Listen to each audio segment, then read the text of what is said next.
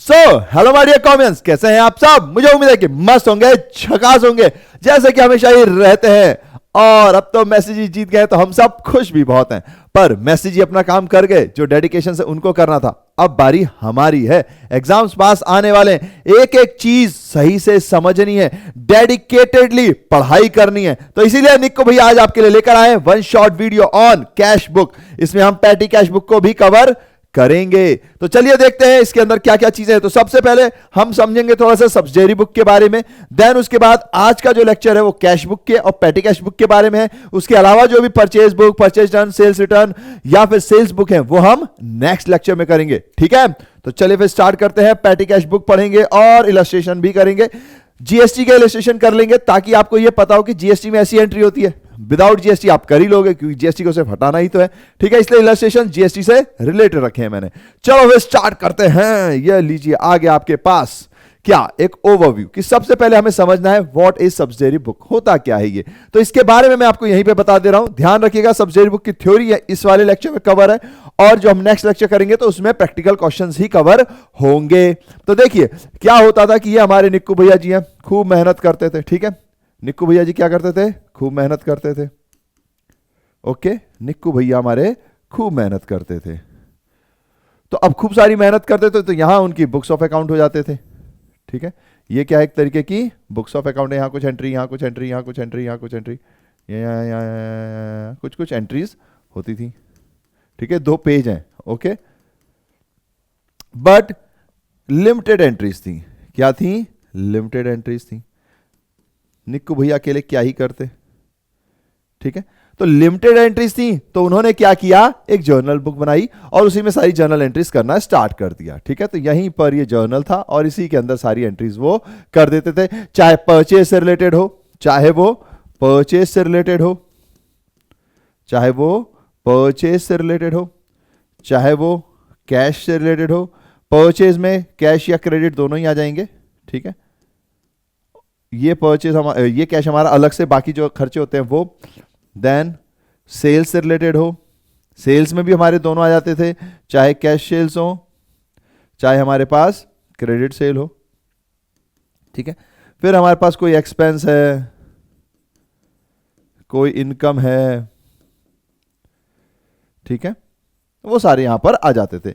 Expense में capital expenditure हो या रेवेन्यू एक्सपेंडिचर हो, इनकम में भी रेवेन्यू रिसिप्ट हो या कैपिटल रिसिप्ट हो, सब आ जाता था। क्यों? क्योंकि लिमिटेड एंट्रीज होती थी। ठीक है, यहां पर क्या होती थी? लिमिटेड एंट्रीज होती थी। निक्कू भैया बेचारे अकेले क्या करते। पर अब आ गए कॉमियंस। कॉमियंस तो खूब सारे हैं, उन्होंने खूब बड़ा बिजनेस खड़ा कर दिया। क्या आ गया है? हमारे कॉमियंस आ गए। आप सब प्यारे कॉमियंस आ चुके हैं। इन सब ने खूब जी तोड़ मेहनत की। करोगे ना? वैसे मुझे उम्मीद है कि आप में से कोई ना कोई मुझे जरूर दिखेगा एक दिन। खूब सारी मेहनत की इन्होंने। अब इन्होंने जब मेहनत की तो जब इतने सारे लोग मिलकर मेहनत करते हैं, कहते हैं ना कि एक लकड़ी को तोड़ना आसान होता है पर इकट्ठी लकड़ी को तोड़ना मुश्किल है, नामुमकिन है बेड़ो। तो बस ऐसा ही यहां पर हुआ। इन्होंने अपने बिजनेस को बहुत बड़ा बना दिया, इतना बड़ा बना दिया। क्या करते हैं? इन्होंने अपने बिजनेस को बहुत बड़ा बना दिया। एक ऑफिस यहां पर, एक ऑफिस यहां पर, यहां खूब सारे ऑफिस इन्होंने ऐसे खोल दिए। ठीक है, अब खूब सारे ऑफिसेस खोल दिए हैं। ठीक है, खूब सारे ऑफिसेस इन्होंने यहां पर खोल दिए। बीच में घूमने फिरने का रास्ता है, किसी को कहीं आना जाना हो वो जा सकता है। ठीक है, मतलब बिग बिजनेस खुल गया। क्या खुल गया? Big business.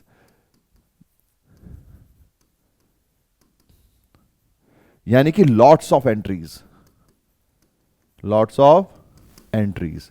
अब कॉमियंस के पास एक दुविधा आ गई। क्या आ गई? एक दुविधा कि भाई ये तो एक बुक हुआ करती थी निक्कू भैया के पास, हमारा तो बिजनेस इतना बड़ा है तो इतनी सारी एंट्रियां, यानी कितनी सारी बुक चाहिए होंगी? बहुत सारी बुक चाहिए होंगी।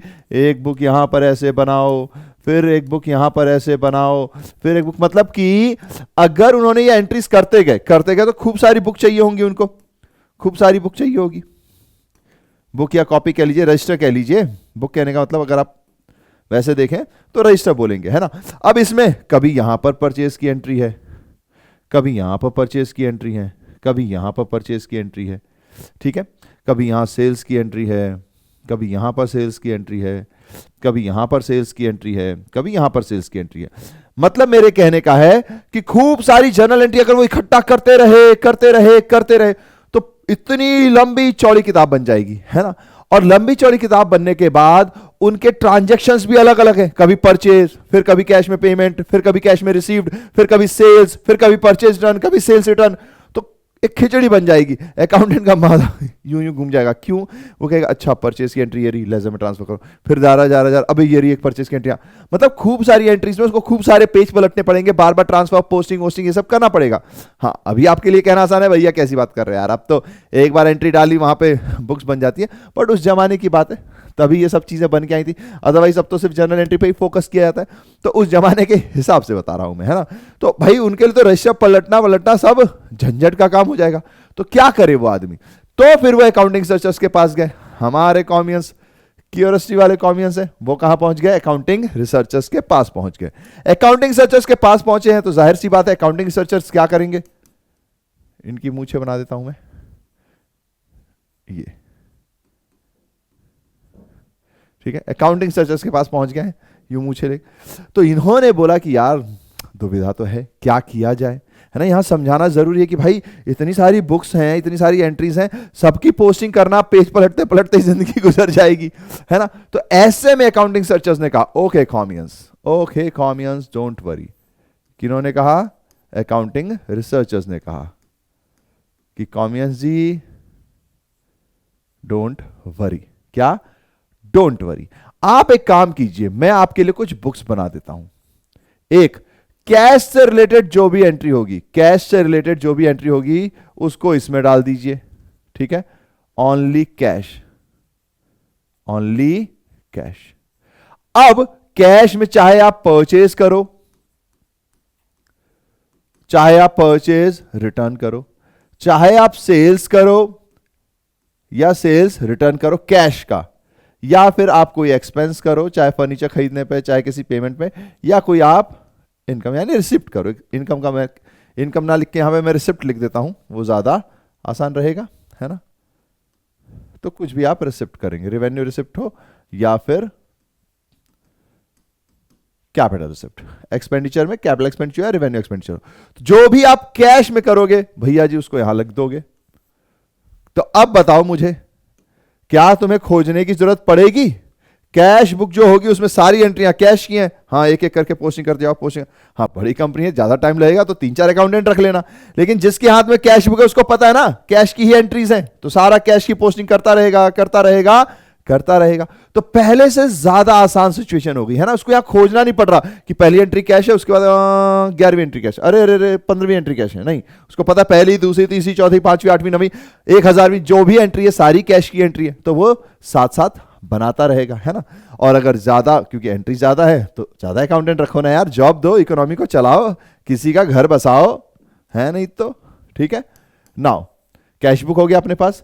फिर उन्होंने कहा कि परचेज बुक के लिए अलग से एंट्री कर लो, जो भी परचेज की एंट्रीज हैं उसके लिए एक अलग बुक बना लो। बट क्योंकि कैश से रिलेटेड सारी एंट्रीज यहां पर है, तो इसके अंदर सिर्फ और सिर्फ क्रेडिट की एंट्रियां रखो। कौन सी एंट्री रखो? क्रेडिट की, ठीक है। ऐसे ही फिर पहले मैं सारी बुक्स लिख लेता हूं, फिर उसके बाद बताता हूं।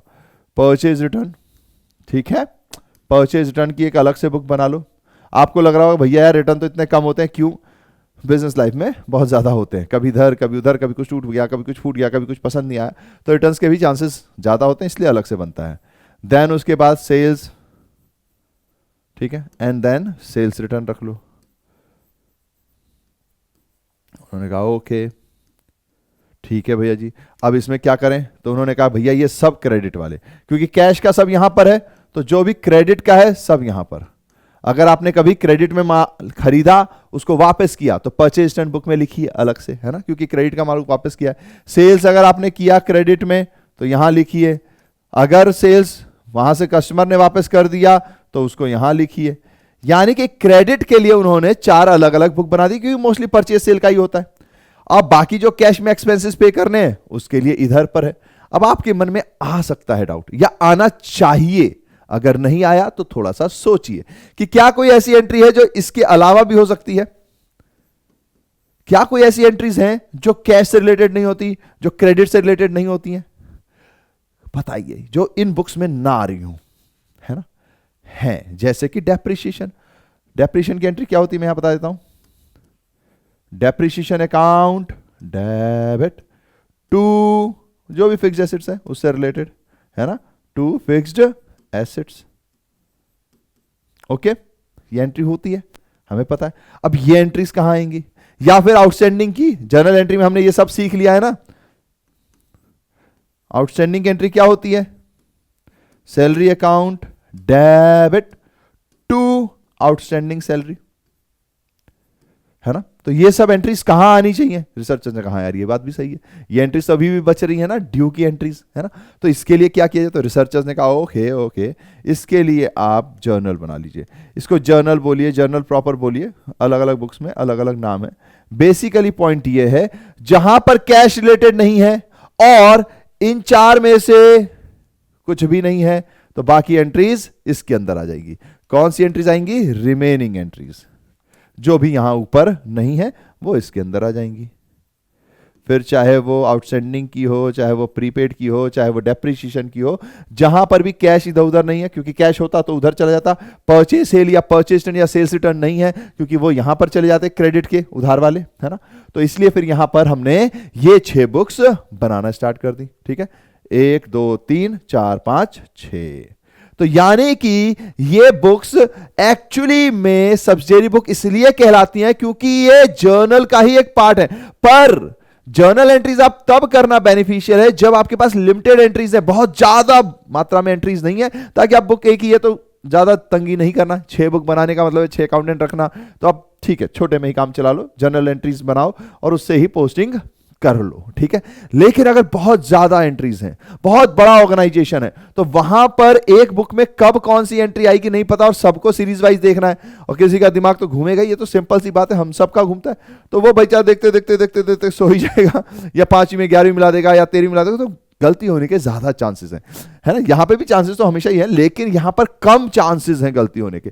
तो ये एक तरीके से अगर देखा जाए तो पूरी जर्नल एंट्री के 6 हिस्से हैं, है ना। जो हम पूरा जर्नल पढ़ते थे उसके 6 हिस्से हैं। ठीक है, जर्नल कहां काम आता है, जब आपके पास कम वर्किंग है, कम एंट्रीज हैं। और अगर देखा जाए तो अगर ये आप नहीं बना रहे तो फिर आप ये 6 बना रहे होते हैं। बस इसमें एक और एडवांटेज है कि अगर आप कैश बुक बना रहे हैं, क्या कैश बुक, अभी आपको लेजर मैंने अभी पढ़ाया नहीं है, अभी पढ़ाऊंगा, लेकिन एक तरीके से लेजर बनाया जाता है। तो जर्नल में सारे लेजर्स बनते हैं। ठीक है,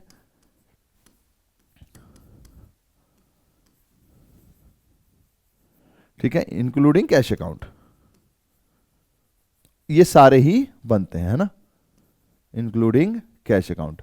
पर क्योंकि अगर आप इस वाली सिचुएशन में हैं जहां पे आपके पास बहुत बड़ी ऑर्गेनाइजेशन है, तो वहां पर कैश अकाउंट और कैश बुक बिल्कुल सेम है, बस एक ये बुक है और यहां पर अकाउंट होता है, क्योंकि लेजर अकाउंट बन रहा होता है। तो ऐसे केस में no need to make cash account. ठीक है, यानी कि अगर आपने कैश बुक बना लिया तो कैश अकाउंट बनाने की जरूरत नहीं है। ठीक है, मगर अब मन में फिर से आ जाएगा, अच्छा भैया फिर तो बड़ा सिंपल है, परचेज की भी नहीं बनानी, परचेज रिटर्न, सेल्स और सेल्स रिटर्न इनकी भी नहीं बनाने की जरूरत है क्या लेजर, नहीं, यहां पर जरूरत पड़ेगी इन सब की। 1 2 3 4 इनकी नीड होगी। भैया कुछ समझ में नहीं आया, इनकी नीड क्यों होगी, इनकी नीड होगी, पर क्यों होगी, क्योंकि जब आप परचेज का लेजर बनाएंगे, लेट सपोज मैं यहां लिख देता हूं, जब आप परचेज का लेजर बनाएंगे, है ना, डेबिट क्रेडिट, जब आप परचेज का लेजर बनाएंगे तो भैया जी चाहे क्रेडिट परचेज हो चाहे कैश परचेज हो, सब आएगा ना, चाहे क्रेडिट परचेज हो चाहे कैश परचेज हो, सब आएगा। समझ रहे हो, सारी चीजें आएंगी और ये बढ़ता जाएगा। ठीक है, यहां पे नाम आएंगे, कैश आएगा, वो मैं ऐसे ही समझाने के लिए आपको लिखा हुआ है, अदरवाइज कहोगे भैया यहाँ ये नाम नहीं आते। ठीक है, ये समझाने के लिए कि अगर क्रेडिट परचेज मतलब उस पर्सन का नाम आ जाएगा, सिंपल सा पॉइंट है ना। परचेज टू होता है, ये हमारी टू वाली साइड है, ये हमारी बाय वाली साइड है। ठीक है, और यहां पर अगर कैश होगा तो कैश का नाम आ जाएगा। तो यहां पर जब मैं हूं तो परचेज बुक में सिर्फ क्रेडिट का ट्रांजैक्शन आ रहा है और परचेज कैश वाला यहां आ रहा है, ठीक है। तो मुझे ये बैलेंसेस चाहिए होंगे, इसीलिए यहां पर चाहे परचेज अकाउंट हो, चाहे परचेज टर्न हो, चाहे सेल्स या सेल्स रिटर्न हो, इनके अकाउंट्स बनते हैं, इनके लेजर अकाउंट्स बनते हैं। Are required. कैश अकाउंट नहीं बनाने की जरूरत है क्योंकि कैश बुक और कैश अकाउंट सेम होते हैं, बस वो बुक है और ये एक लेजर अकाउंट है, ठीक है। तो ये बात आपको ध्यान रखनी है, एमसीक्यू में शायद आ सकता है, आना चाहिए वैसे तो, क्योंकि अच्छा इंटरेस्टिंग पॉइंट है ना। जो भी तुक्के पढ़ते हैं उनको लगता होगा अरे यार ये तो सारा ही आ जाएगा, है ना। तो ये पॉइंट समझना है कि ये वाली बुक्स नहीं आएंगी, क्यों? क्योंकि उसमें क्रेडिट का भी एंट्री आएगी और कैश की एंट्री आएगी, तब जाके वो अकाउंट परफेक्ट बनेगा। लेकिन कैश बुक में या कैश अकाउंट में कैश से रिलेटेड ही एंट्रीज आती हैं, तो वहां इसकी जरूरत नहीं पड़ती है, ठीक है। समझ गए? तो चलो अब स्टार्ट करते हैं। सब्सिडरी बुक क्या होता है, फिर उसके बारे में जानेंगे और फिर हमारे क्वेश्चंस की ओर बढ़ेंगे। तो देखिए, meaning of subsidiary book. Meaning of subsidiary book क्या है? Subsidiary book are special purpose book of recording business transactions of similar and repetitive natures. Similar and repetitive जो बार बार होते हैं in chronological order, वो तो भैया चाहिए ही पड़ेगा, अदरवाइज तो बात ही नहीं बनेगी। यानी chronological मतलब date wise from the vouchers supported with the source document। देख लीजिए, मैं लेक्चर डाल चुका हूं वाउचर्स एंड सोर्स डॉक्यूमेंट के ऊपर क्या डिफरेंस है, थोड़ा सा माइनर डिफरेंस है ना, हालांकि वो मेजर ही हो जाता है। तो ये आपको ध्यान रखना है कि वाउचर्स के थ्रू इसको बनाया जाता है जो कि बेस्ड होता है सोर्स डॉक्यूमेंट पर। Then when transactions are recorded in such books there will be no journal entry. देखिए ये इंपॉर्टेंट पॉइंट है, इसको ब्लू से कर लेते हैं। There will be no journal entry except journal proper. Journal proper में जर्नल एंट्री होती है, ठीक है। Now the transactions are recorded directly in the concerned subsidiary book and they are directly posted to the ledger. This system of accounting is called practical system of accounting। इसको practical system of accounting भी कहते हैं। ये है हमारी subsidiary book, ठीक है। क्योंकि बहुत बल्कि होता है तो इसकी जरूरत पड़ती है। अब आगे बढ़ते हैं। अब जाहिर सी बात है, इसको समझते ही आपको कुछ एडवांटेजेस समझ में आ रहे होंगे। सबसे पहली बात, डिवीजन ऑफ वर्क। यहां पे वर्क का डिवीजन हो जाएगा, है ना। वर्क सारे डिवाइड हो जाएंगे, एक ही आदमी को सारा काम नहीं करना है, अलग अलग आदमी चाहिए होंगे, है ना। और काम अच्छा भी हो जाएगा। तो देखिए, इंक्रीज्ड एफिशिएंसी। एफिशिएंसी बढ़ेगी। मुझे पता है कि भाई ये सारे कैश की एंट्रीज हैं, कैश से सीधा पोस्टिंग करनी है, पहला टिक, दूसरा टिक, तीसरा टिक, चौथा टिक, मुझे खोजना नहीं है। अच्छा पहली एंट्री कैश की है, अरे ड्यू की एंट्री है, फिर परचेज रिटर्न, अरे हाँ बीच में मिल गई कैश, ऐसे करके चलना नहीं है। तो आपकी एफिशिएंसी भी बढ़ेगी और जल्दी आप काम कर पाओगे, अच्छे से कर पाओगे। देन इजी लेजर पोस्टिंग, ये तो मैंने आपको बता ही दिया, इजी लेजर पोस्टिंग है ना। आपके लिए आसान हो जाएगा लेजर पोस्टिंग करना, क्योंकि जो बुक आप खोलोगे उसकी पोस्टिंग धड़ाम से कर दी, फिर जो बुक खोली उसकी पोस्टिंग धड़ाम से कर दी, है ना। हर पॉइंट के बाद, यानी हर डेट जो होगी उसमें ही हर बार पोस्टिंग हो रही होगी, ठीक है। Then minimization of committing frauds. यहां पे फ्रॉड्स भी कम हो जाएंगे क्योंकि हमारे पास सारी बुक है।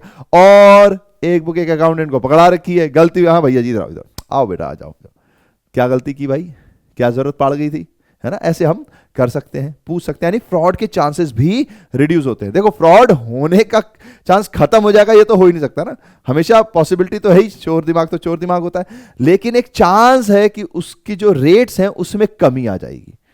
फ्लेक्सिबिलिटी इन सिस्टम में भी एक फ्लेक्सिबिलिटी आ जाएगी। फिक्सेशन ऑफ रिस्पॉन्सिबिलिटी, जाहिर सी बात है जिसको जो बुक दी है गलती उसी की है, अगर उस बुक में कोई गड़बड़ हुई तो आप उससे पूछ सकते हो, है ना। अदरवाइज हम जब पूरी बुक्स खोलते हैं तो उसमें कौन सी ट्रांजैक्शंस की है नहीं पता होता है कई बार। तो ये है फैसिलिटेट चेकिंग, चेकिंग करना भी आसान हो गया। जब हम ट्रायल बेंच पे पहुंचेंगे हमें कुछ गलतियां दिखेंगी या कहीं भी कुछ गलतियां मिली तो हमें पता चल जाएगा कि यार अच्छा ये इस बुक से रिलेटेड है, तो परचेज बुक सीधा जाएंगे हम उसी एंट्री पर, ठीक है। तो थोड़ा ये इजीनेस प्रोवाइड कराता है, इसीलिए ये इसके एडवांटेजेस हैं और इसीलिए ये लेकर आया गया है। रिसर्चर्स ने बड़ा सोच समझ के इसको लाया है, ठीक है। नाउ अब जो हमारा आज का टॉपिक है और वो है कैश बुक। नाम से समझ में आ रहा है कैश से रिलेटेड सारी बुक, है ना। तो इसमें कैश पेमेंट, कैश रिसिप्ट सब कुछ होगा। Cash book is a prime book of prime entry, ठीक है, यहीं पे सीधा एंट्रीज होंगी। अच्छा ऐसे केस में आपको मैंने हमेशा बताया ना कि जर्नल एंट्री जो है वो ओरिजिनल या प्राइम एंट्री बुक कहलाती है, पर अब जर्नल आप कर नहीं रहे हो तो यही आपकी प्राइम एंट्रीज बुक हो गई ना, क्योंकि जर्नल आप बनाओगे ही नहीं। Okay, now all the cash and bank transactions of receipts चाहे हो रिसिप्ट्स, चाहे हो payments, are recorded date wise in this book. जाहिर सी बात, डेट वाइज तो रिकॉर्ड करना ही पड़ेगा, अदरवाइज सारा घोच हो जाएगा।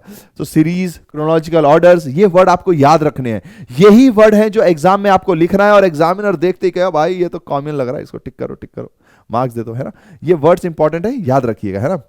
All the cash receipts are recorded, अब ये कहां लिखी जाएगी, recorded on the debit side. देखो हमें प्रॉब्लम आती है कि भैया यार ये कौन सी चीज डेबिट आती है, कौन सी चीज क्रेडिट आती है, मुझे समझ में ही नहीं आता है। या भैया डायरेक्ट जब मैं क्वेश्चन करता हूं तो समझ में नहीं आता, जर्नल एंट्री बना के करूंगा तो टाइम कितना लग जाएगा। तो ऐसे बहुत सारे सवाल होते हैं, आपको इस सब के आंसर्स मिलते हैं। देखिए सबसे पहले तो यह है, कैश रिसिप्ट्स आर रिकॉर्डेड। अगर पैसा रिसीव हो रहा है तो आपको डेबिट साइड लिखना है, सीधा सा पॉइंट है। फॉर्मेट में देख लेंगे डेबिट साइड कहां पर है। अगर पैसा आपकी जेब में है, डेबिट साइड भेज दो, सिंपल पॉइंट है, ठीक है। पैसा जेब में है, ये कैसे पता चलेगा, ट्रांजैक्शन से पता चलेगा।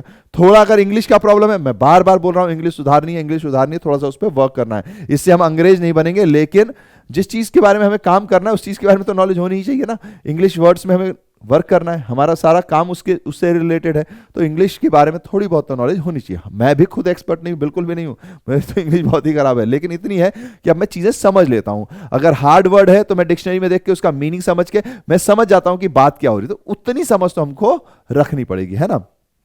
Now recorded on the debit side of cash book and all payments are recorded on the credit side of cash book, ठीक है। क्रेडिट साइड पे जाएगा, पेमेंट होगा तो क्रेडिट साइड पे, और कैश रिसीव हो रहा होगा तो डेबिट साइड पे। अभी इसको और समझाऊंगा मैं, अभी पहले इसको देख लेते हैं। It is balance to know, अब इसमें यहां पे बैलेंस भी निकाला जाता है। इट इज बैलेंस्ड, यानी कि डेबिट और क्रेडिट को बैलेंस किया जाता है। To know balance of cash in hand, ठीक है। कैश इन हैंड में कितना बैलेंस है वो ईच डे और ऑन पीरियोडिकल बेसिस, या तो पर डे ही होगा या पीरियोडिकल बेसिस पर होगा। अब देखिए मैं आपको समझाता हूं इसका फॉर्मेट के साथ। अच्छा पहले ये कुछ और जो थ्योरीज है इसको कंप्लीट करते हैं, फिर मैं फॉर्मेट में आपको चीजें समझाता हूं, ठीक है, कि डेबिट या क्रेडिट कैसे और क्यों हो रहा है। Only cash transactions are recorded in cash book, जाहिर सी बात है कैश ट्रांजेक्शंस ही आएंगे। हाँ ये याद रखिएगा कि हम डबल कॉलम कैश बुक भी बनाते हैं, तो यानी कैश और बैंक दोनों लिखा जाता है। नॉर्मली कैश बुक में कैश लिखा हुआ है, लेकिन कैश एंड बैंक दोनों आएंगे अगर आप डबल कॉलम बनाएंगे। तो सिंगल कॉलम में तो सिर्फ कैश ही का ट्रांजेक्शन आता है। Now bank transactions can also be recorded in it, ठीक है, बैंक ट्रांजेक्शंस भी रिकॉर्ड हो सकते हैं, पर जब हम डबल कॉलम बनाते हैं। Now receipts of cash is recorded on the debit side and payment is on credit side. यहां तो कोई दिक्कत नहीं है, वो फीचर्स हैं इसलिए वापस रिपीट हो रहे हैं। It is usually balance daily और periodical basis to know the balance of cash in hand and cash at bank. It can not have negative balance. अब कौन सी चीज नेगेटिव बैलेंस नहीं हो सकती, कैश का। कैश का बैलेंस नेगेटिव नहीं हो सकता, ठीक है, बट क्या बैंक का बैलेंस नेगेटिव हो सकता है? अब तक तो आपने आंसर दे दिया, हाँ भैया हो सकता है, बैंक ओवरड्राफ्ट होता है। और मैं कहूंगा वेरी गुड, अगर इतना आप समझने लग गए, और क्या चाहिए यार, धीरे धीरे सब समझ में आएगा। बैंक ओवरड्राफ्ट हो सकता है, इसलिए बैंक के केस में मैं ब्लू कलर से बैंक को टिक करता हूं ताकि आपको याद रहे, बट बैंक के केस में यस, ठीक है, इनके केस में नो, ठीक है, इनके केस में नो है, बैंक के केस में यस है, कि बैंक के केस में नेगेटिव बैलेंस हो सकता है। कैश के केस में कैसे होगा, या तो कैश होगा या तो नहीं होगा। अब आप कहोगे अच्छा भैया उधार पे ले लिया तो, कैश उधार पे लिया तो, भाई कैश उधार पे लिया तो आपकी जेब में ही तो है कैश, तो वो नेगेटिव बैलेंस नहीं होता है। कई बार लोग यही सोचते हैं कि यार अगर हमने लोन ले लिया, मान लो अब हमारे पास भैया जी कोई भी पैसा नहीं है, कुछ भी नहीं है, अब हमने लोन ले लिया, तो लोन तो भैया हमारे लिए नेगेटिव बैलेंस हो गया। अरे कैसे नेगेटिव बैलेंस हुआ, आपकी जेब में ही तो कैश आया। लोन आपके लिए लायबिलिटी है। नेगेटिव बैलेंस और लायबिलिटी में अंतर है। अगर आपने लोन पे पैसा लिया तो लायबिलिटी खड़ी हो गई, पर पैसा आपकी जेब में आया, है ना। अपनी जेब से अगर आप पैसे निकाल रहे हो तो यानी कि आपके पास पॉजिटिव बैलेंस है, इसलिए कभी नेगेटिव हो ही नहीं सकता। Now transactions are recorded date wise, ये हम पढ़ चुके हैं कि ट्रांजेक्शंस हमेशा डेट वाइज रिकॉर्ड होना चाहिए। It serves the purpose of both journal and ledger at the same time. Cash book ही इकलौती ऐसी चीज है जहां पे जर्नल का भी काम हो रहा है और लेजर का भी काम हो रहा है, ठीक है। Now cash account is not prepared if cash book is maintained. ये पॉइंट इंपॉर्टेंट है, ठीक है, ये पॉइंट क्या है, इंपॉर्टेंट है, तो मैं इसको मार दे रहा हूं। वैसे मैंने आपको समझा भी दिया है, फिर भी टिक भी रहेगा तो आपको ज्यादा याद रहेगा, है ना, तो फायदा ही है। चलिए फिर अब आगे बढ़े। अब कोई दिक्कत ही नहीं है, अब डिफरेंस जानते हैं। जाहिर सी बात है जब हम दो चीजों के बीच में कुछ पढ़ते हैं तो उसमें कुछ ना कुछ तो डिफरेंस होता है, तो उसको भी जानते हैं कि what is the difference between cash book and cash account. सबसे पहली बात तो यह है कि भैया ये एक बुक है, it is a separate book, और कैश अकाउंट एक अकाउंट है जो कि लेजर में बनता है ना। ये सबसे पहला डिफरेंस है, ठीक है। बाकी तो इसमें कैश ट्रांजेक्शन होते हैं, उसमें भी कैश ट्रांजेक्शन होते हैं, वहां तो कोई दिक्कत नहीं है। देन ओरिजिनल एंट्री, यहां पर हम इसको it is a book of original entries बोलते हैं, जैसे हम जर्नल एंट्री को बोलते हैं, but it is not a book of original entry. Journal होता है, फिर वहां से कैश के ट्रांजेक्शन यहां पे ट्रांसफर होते हैं ना। तो cash account is open in the ledger and posting is done in these accounts from journal. तो ये भी एक छोटा सा डिफरेंस तो है ही, ठीक है। और यहां पर तो यही है कि first of all recorded in cash book and then posted to from cash book to various accounts in the ledger, क्योंकि यहां पे कैश अकाउंट तो बनता नहीं है, कैश की जो एंट्रीज हैं वो फिर रिस्पेक्टिव लेजर्स में जाती रहती हैं कैश बुक को देखकर, ठीक है। Necessary, when transactions of cash recorded in cash book there is no necessity to open a cash account in the ledger, पर यहां पर जरूरत है।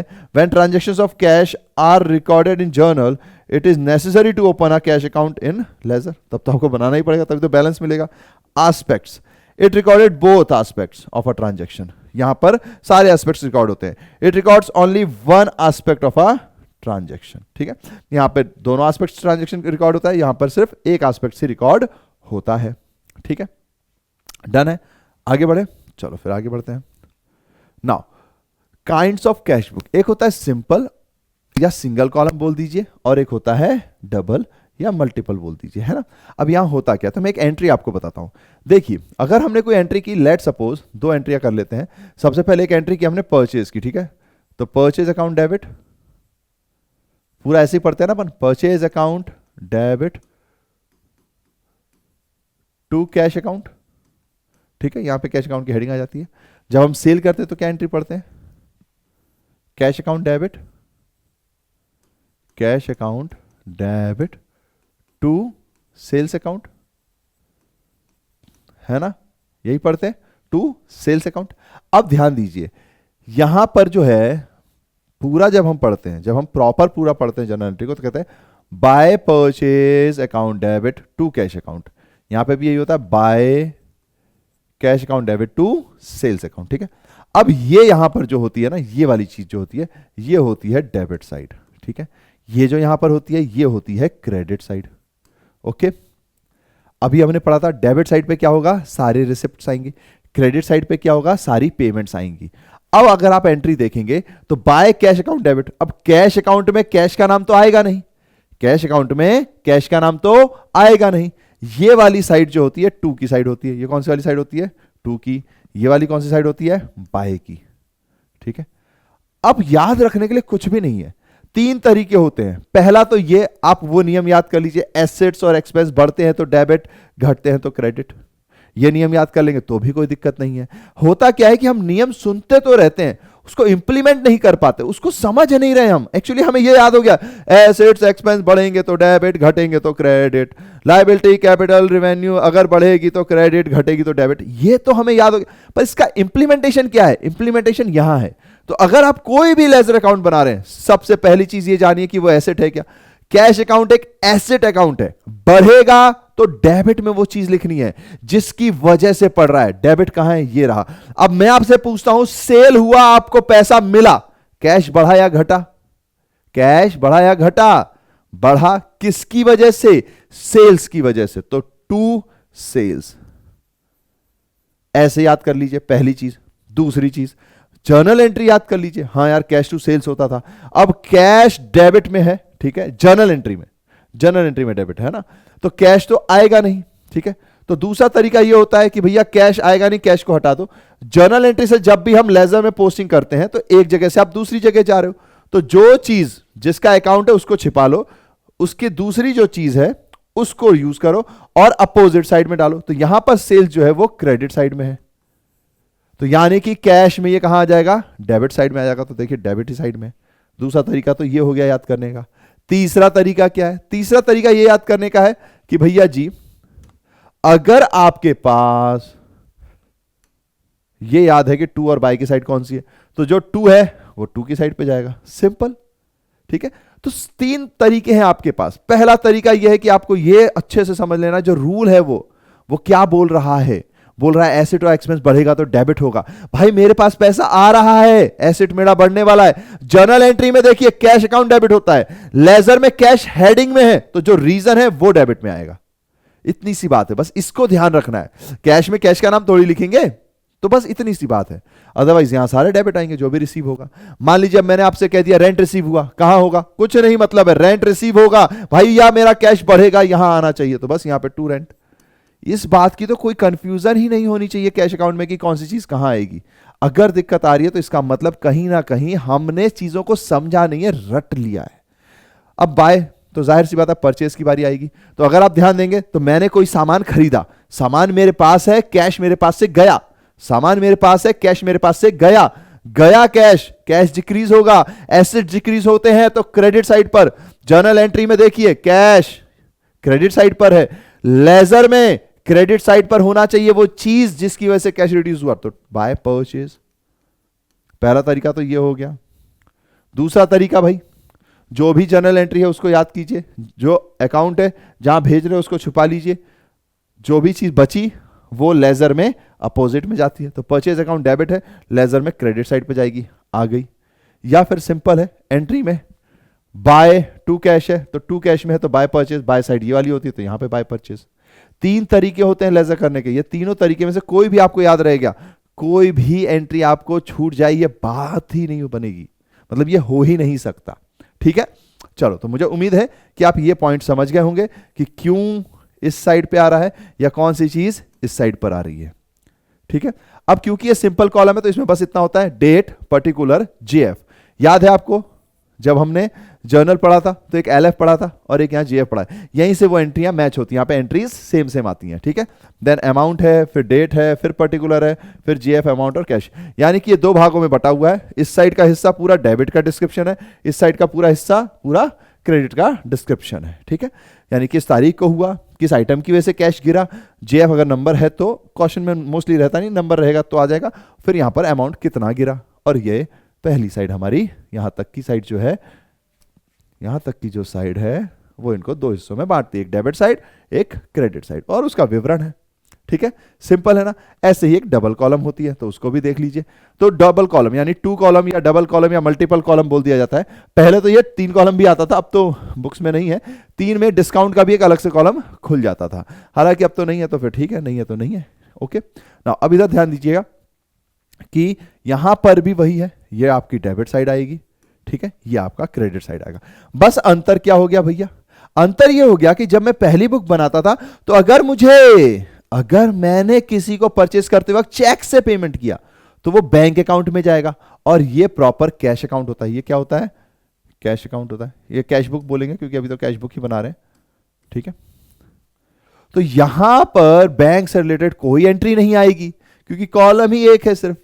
ठीक है, लेकिन अब जब आप डबल कॉलम में आ जाते हो तो यहां पर अगर कोई चीज आपने चेक में पे किया तो यहां पर आ जाएगा, चेक में रिसीव किया तो यहां पर आ जाएगा, यानी अब चेक का भी रोल यहां पर इंक्लूड हो जाएगा।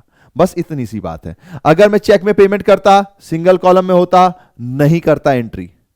डबल कॉलम में हूं तो बैंक की एंट्री जो होगी वो यहां पर आएगी, यहां पर आएगी, यहां पर आएगी, क्योंकि ये बैंक के अंदर है। अगर पैसा रिसीव हो रहा होगा, अगर पे हो रहा होगा तो यहां पर आएगी। ठीक है, बाकी कैश वाला सिस्टम सेम है, कैश की एंट्री जो है वो कैश के अंदर आएगी, यहां पर भी कैश के अंदर आएगी, और यहां पर आ जाता है आपके पास काउंटर एंट्री का चांस। अगर कैश आपने डिपॉजिट किया बैंक के अंदर या वहां से विड्रॉ कर लिया, या जो भी केसेस बनते हैं जिसमें काउंटर एंट्री आने के चांसेस बढ़ जाते हैं, तब फिर काउंटर एंट्री आएगी। ठीक है, अब एक चीज देख रहे हो वाउचर नंबर। एक्चुअली आप नॉर्मली क्वेश्चंस करोगे तो वहां लिखने की जरूरत नहीं है, पर मैंने आपको फॉर्मेट में दिखा दिया कि कभी खुदा ना खास्ता कहीं वाउचर नंबर भी आ गया तो यहां पे वाउचर नंबर भी लिखा जा सकता है। वैसे जो हम क्वेश्चन करेंगे उसमें कॉलम नहीं बनाएंगे, फालतू का कॉलम है, कभी आता नहीं है, बट एक फॉर्मेट में था तो मैंने कहा भाई एक फुल फॉर्मेट तो बता ही दिया जाए, बाकी तो जो हमारे काम की चीजें वो आएगी। आपको स्कूल में भी जो आपने फॉर्मेट बनाया होगा वो ऐसे ही बनाया होगा, date particular JF amount cash का और बैंक का, फिर date particular JF cash amount और बैंक अमाउंट। ठीक है, ये भी वही है, दो हिस्सों में बट गया है, इसका दूसरा हिस्सा यहां से कटेगा। अगर कैश में कुछ पे किया, चेक में कुछ पे किया इस साइड, कैश में कुछ रिसीव किया, चेक में कुछ रिसीव किया इस साइड। क्यों, क्योंकि हमें पता है कि अगर मैं मान लीजिए पेमेंट कर रहा हूं, कैश का मैं समझा चुका हूं, यहां बैंक का कर देता हूं, परचेज टू बैंक। ठीक है। और ऐसे ही यहां पर क्या हो जाएगा, मेरा बैंक बढ़ेगा अगर मैंने सेल किया और वहां से मुझे चेक मिला तो 2 सेल्स। ठीक है, तो अब देख लीजिए 2 सेल्स, 2 वाली साइड कौन सी है, ये वाली साइड है, तो ये 2 है। ये वाली कौन सी साइड है, बाय है, तो यहां पर बाय परचेज वाला है, तो ये जो बाय परचेज है वो यहां पर चला जाएगा बैंक में, और ये जो है ये यहां पर आ जाएगा।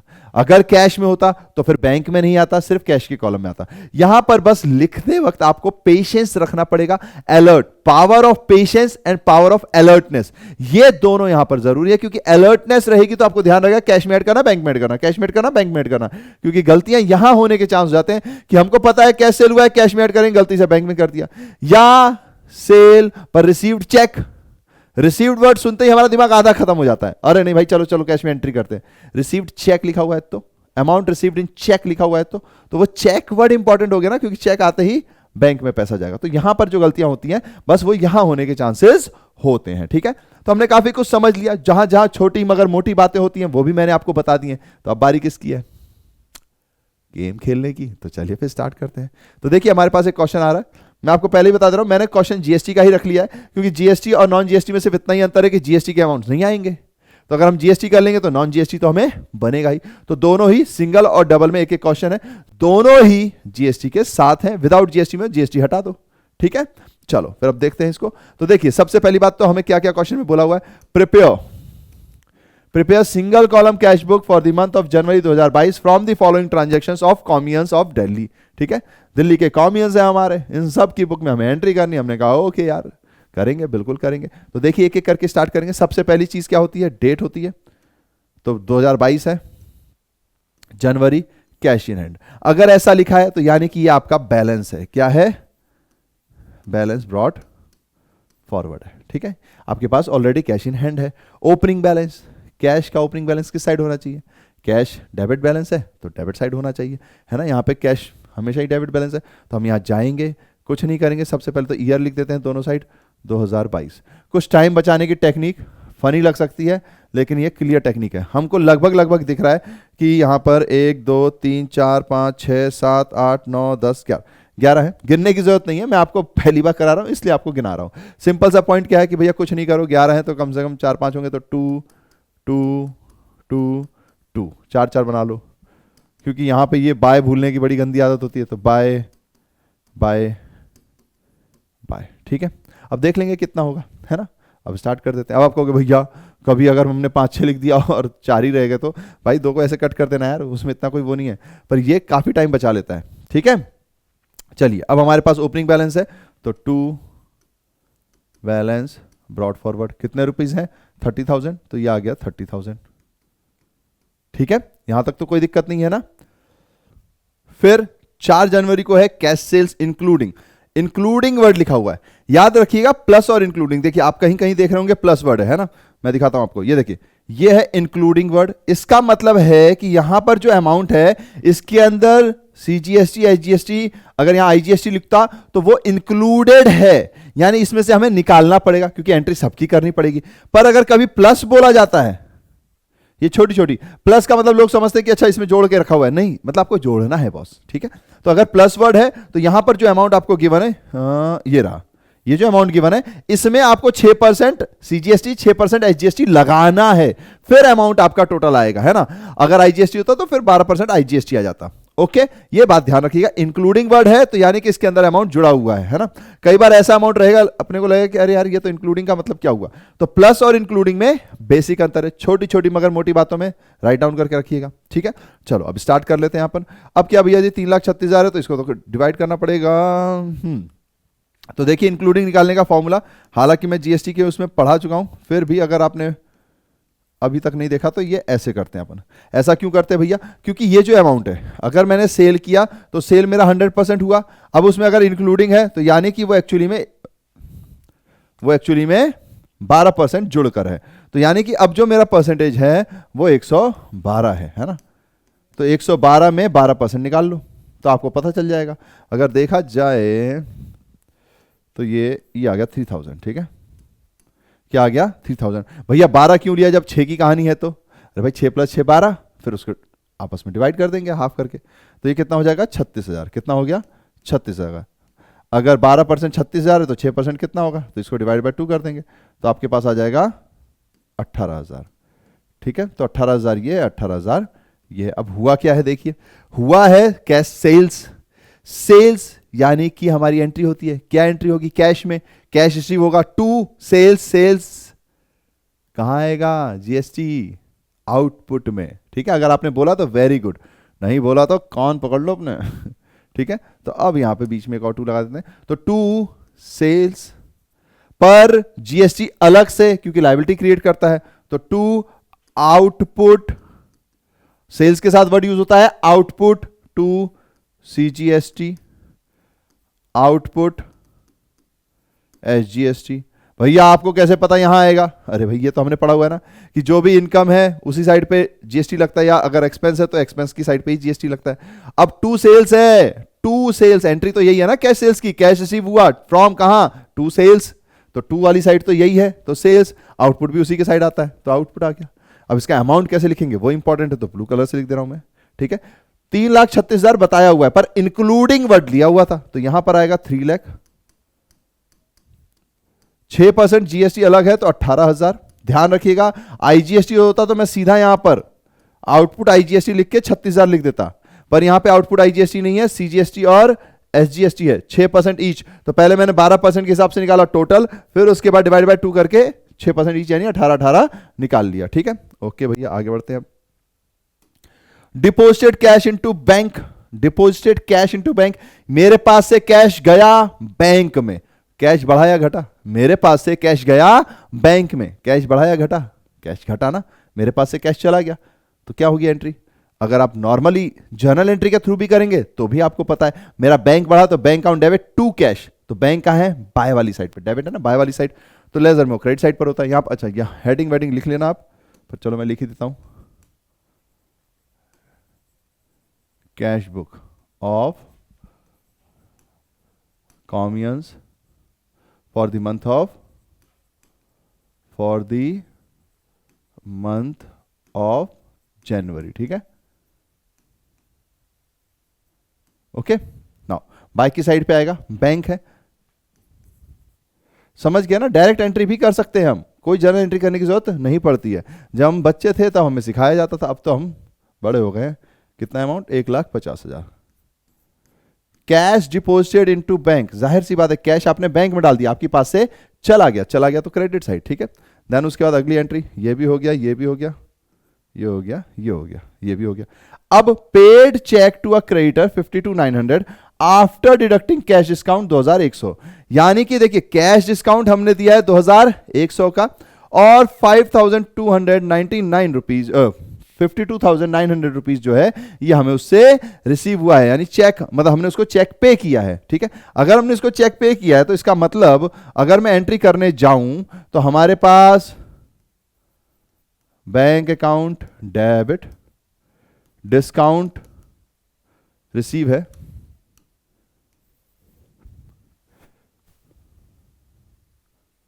एक मिनट, रिसीव नहीं है ये, हमने चेक पे किया है, तो चेक पे किया है तो यानी कि पर्सन हमारे लिए क्रेडिटर है, तो एंट्री हमारे पास हो जाएगी क्रेडिटर है, तो भैया जी क्रेडिटर डेबिट हो जाएंगे क्योंकि अब हम उनको पे कर रहे हैं, यानी क्रेडिटर हमारी बुक से जा रहे हैं, टाटा बाय बाय कर रहे हैं। क्रेडिटर टू चेक की बात है यानी कि हमने बैंक में पे किया है, टू अब हमें डिस्काउंट रिसीव हुआ है। ठीक है, तो डिस्काउंट रिसीव्ड। अब प्रॉब्लम यह है कि ये 52,900 है, ये 2100 है, यही है ना। ठीक है, 52,900 2100 यानी कि 55,000। अब यहां पे कहीं पे भी कैश है क्या, नहीं है ना, पर ये कब याद रहेगा, जब हम पेड चेक, ये चेक वर्ड को ध्यान देंगे, तो जब कैश है ही नहीं तो यहां आएगा ही नहीं। ये क्या है, ब्लफ है, रॉन्ग नंबर आपके लिए भेजा गया है ताकि मार्क्स कट जाएं। आपको याद रखना है भाई, मैं सिंगल कॉलम कैश बुक बना रहा हूं, सिर्फ और सिर्फ कैश लूंगा। अर्जुन की तरह निशाना सिर्फ चिड़िया की आंख है, और वो क्या है, कैश कैश कैश, तो वो यहां पर है नहीं, तो ये एंट्री आएगी नहीं, खत्म करो इसको। फिर वेजेस पेड इन कैश, ये तो वेजेस पेड है, पेड है यानी कि कैश गया होगा, तो यहां पर हम आएंगे बाय वेजेस 33,500। ठीक है, देन उसके बाद अब बारी आती है फिर से कैश सेल्स हो गया, 1 लाख पर इस बार क्या है, प्लस वर्ड है, यानी कि हमें जोड़ना पड़ेगा 6%, 6%, जिसमें से अब देखिए ये भी एक नई बात हो गई, 15 तारीख की ये है और हमसे कहा गया है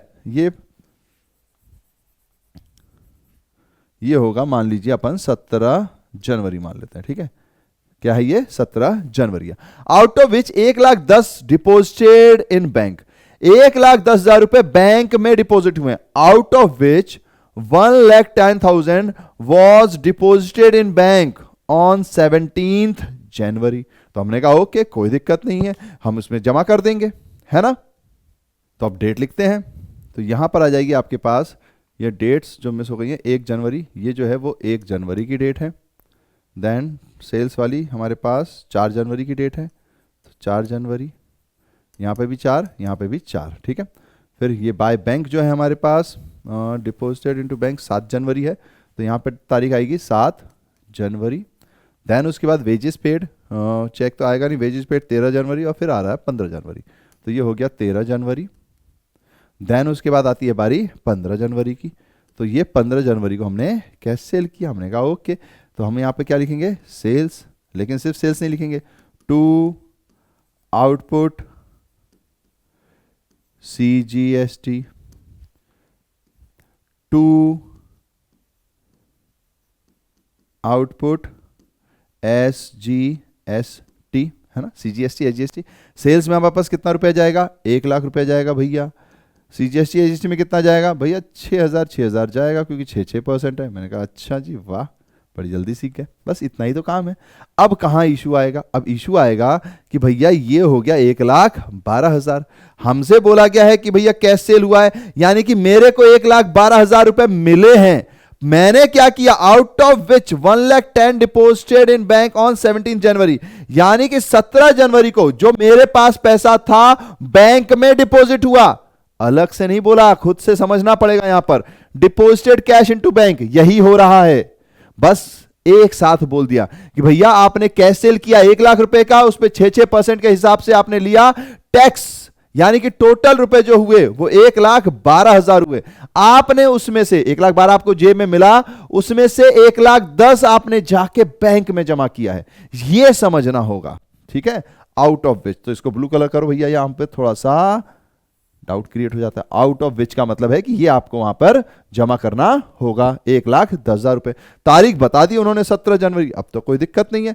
17 जनवरी को मैंने कैश जाके बैंक में जमा किया तो मेरे पास से चला गया है, तो 17 जनवरी बाय बैंक कितने रुपए, 1,10,000 रुपए, ठीक है, सिंपल है, कोई दिक्कत नहीं। अब आगे बढ़ते हैं, आगे बात हमारे पास फिर आती है, ये हो गया paid cash 7,500 plus CGST SGST 6% each to transport corporation of India against their bill number, यानी कि हमने पे किया है, कंपनी कौन सी है, ट्रांसपोर्ट है, तो हमने फ्रेट दिया होगा, है ना, किराया दिया होगा, तो यहां पर आपको फ्रेट वर्ड यूज करना है। पेड कैश 7,500, कोई दिक्कत नहीं है, लेकिन साथ में CGST SGST भी हमने कहा अच्छा जी ठीक है, कोई दिक्कत नहीं, कर देंगे।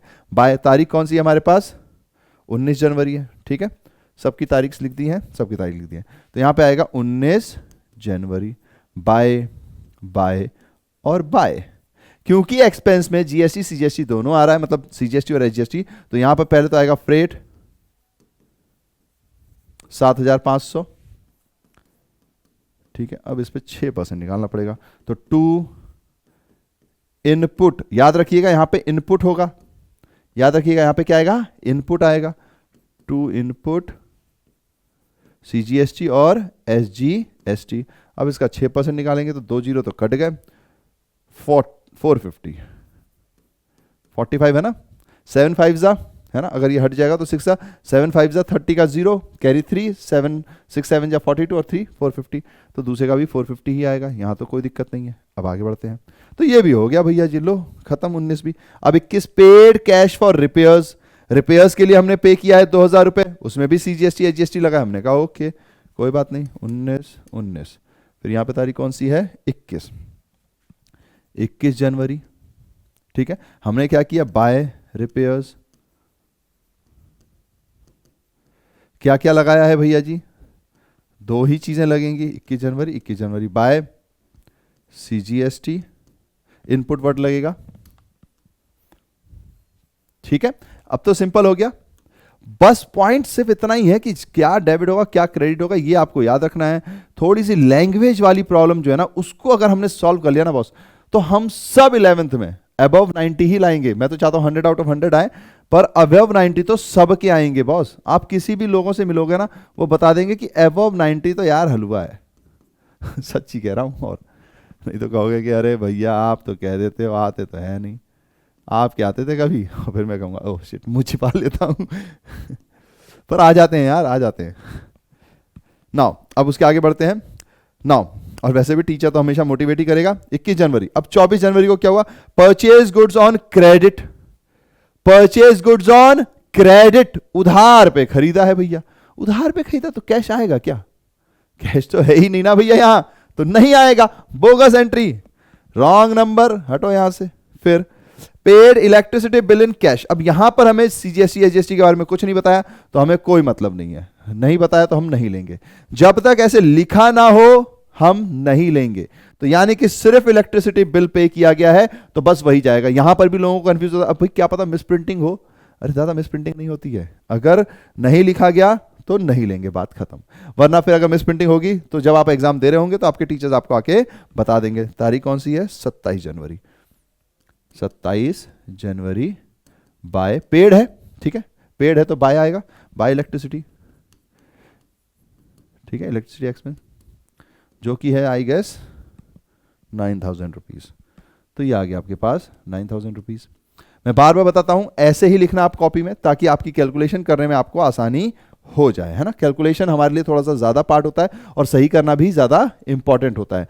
11th हो या 12th, यहां पर आपको इसकी प्रैक्टिस डालनी पड़ेगी। अभी से डालेंगे तो फायदा रहेगा। ठीक है, फिर अब खत्म। अब क्या बचा? एक कैश कलेक्टेड फ्रॉम सुरेश। अब देखिए कैश कलेक्ट हुआ है सुरेश जी से 47,500 का आफ्टर अलाउइंग डिस्काउंट, यानी कि किसी आदमी से हमें कैश कलेक्ट हुआ है। वैसे इन्होंने हिंट के लिए दे दिया है डेटर, पर अगर हिंट ना भी दिया हो, कैश कलेक्ट हुआ है तो भाई कुछ ना कुछ वजह होगी, तभी तो पैसा हमें दे रहे हैं। ठीक है, हमें दे रहे हैं तो कैश हमारे पास आ रहा है, बढ़ गया। तो एंट्री क्या हो जाएगी? कैश अकाउंट टू डेटर, नहीं क्योंकि बीच में डिस्काउंट भी है, तो cash account debit, discount account debit to debtor. पर हमें तो सिर्फ कैश के बैलेंस से मतलब है। कैश का बैलेंस कितना है? 47,500। किससे मिला? नाम गिवन है सुरेश से मिला। ठीक है, नाम गिवन है सुरेश से मिला। तो फिर यहां पर आ जाएगा, ये तो 15 जनवरी था और ये कौन सी तारीख है? 31 जनवरी। 31 जनवरी, ठीक है।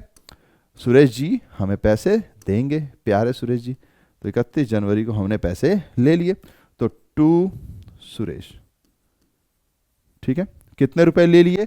तो हमने यहां पर हमें 47,500 बोला, तो 47,500 मान जाएगा। डिस्काउंट का अमाउंट यहां नहीं आता है, ठीक है, डिस्काउंट अमाउंट तो यहां आएगा नहीं। बस अब क्या करना है भैया? कुछ नहीं, जब सब कुछ दिख रहा है तो टोटलिंग करेंगे, और इसको तो डबल अंडरलाइन किया जाता है। टोटलिंग को क्या किया जाता है? डबल अंडरलाइन किया जाता है। ठीक है, जैसे ही एक टोटलिंग हो गई, हमारा अकाउंट बन गया और हमें स्माइल प्लीज करना है बस। अब इसकी टोटलिंग करनी है तो ज्यादा दिक्कत तो नहीं है। इस साइड वाले पे तो 30 और 3,30,36, 336 में 366, 366, 466, 466 में 12 जोड़ेंगे, 66 में 12 जोड़ो 78, तो 478, 478 में 50 जोड़ लें, 478 में पहले 40 जोड़ लेते हैं, तो 478 में 5 10 है ना, 478 70 से जाएगा तो 22, 478 में जोड़ रहे हैं अपन 40, तो 118 आ गया, तो 518। ठीक है, अब उसमें 7 और जोड़ दो, तो 525 500। ठीक है, यहाँ 500 है ना, ये 500 भी भूलना नहीं है, तो 525 500 आ गया, 525 500 आ गया। ठीक है भैया जी, अब क्या करना है भैया?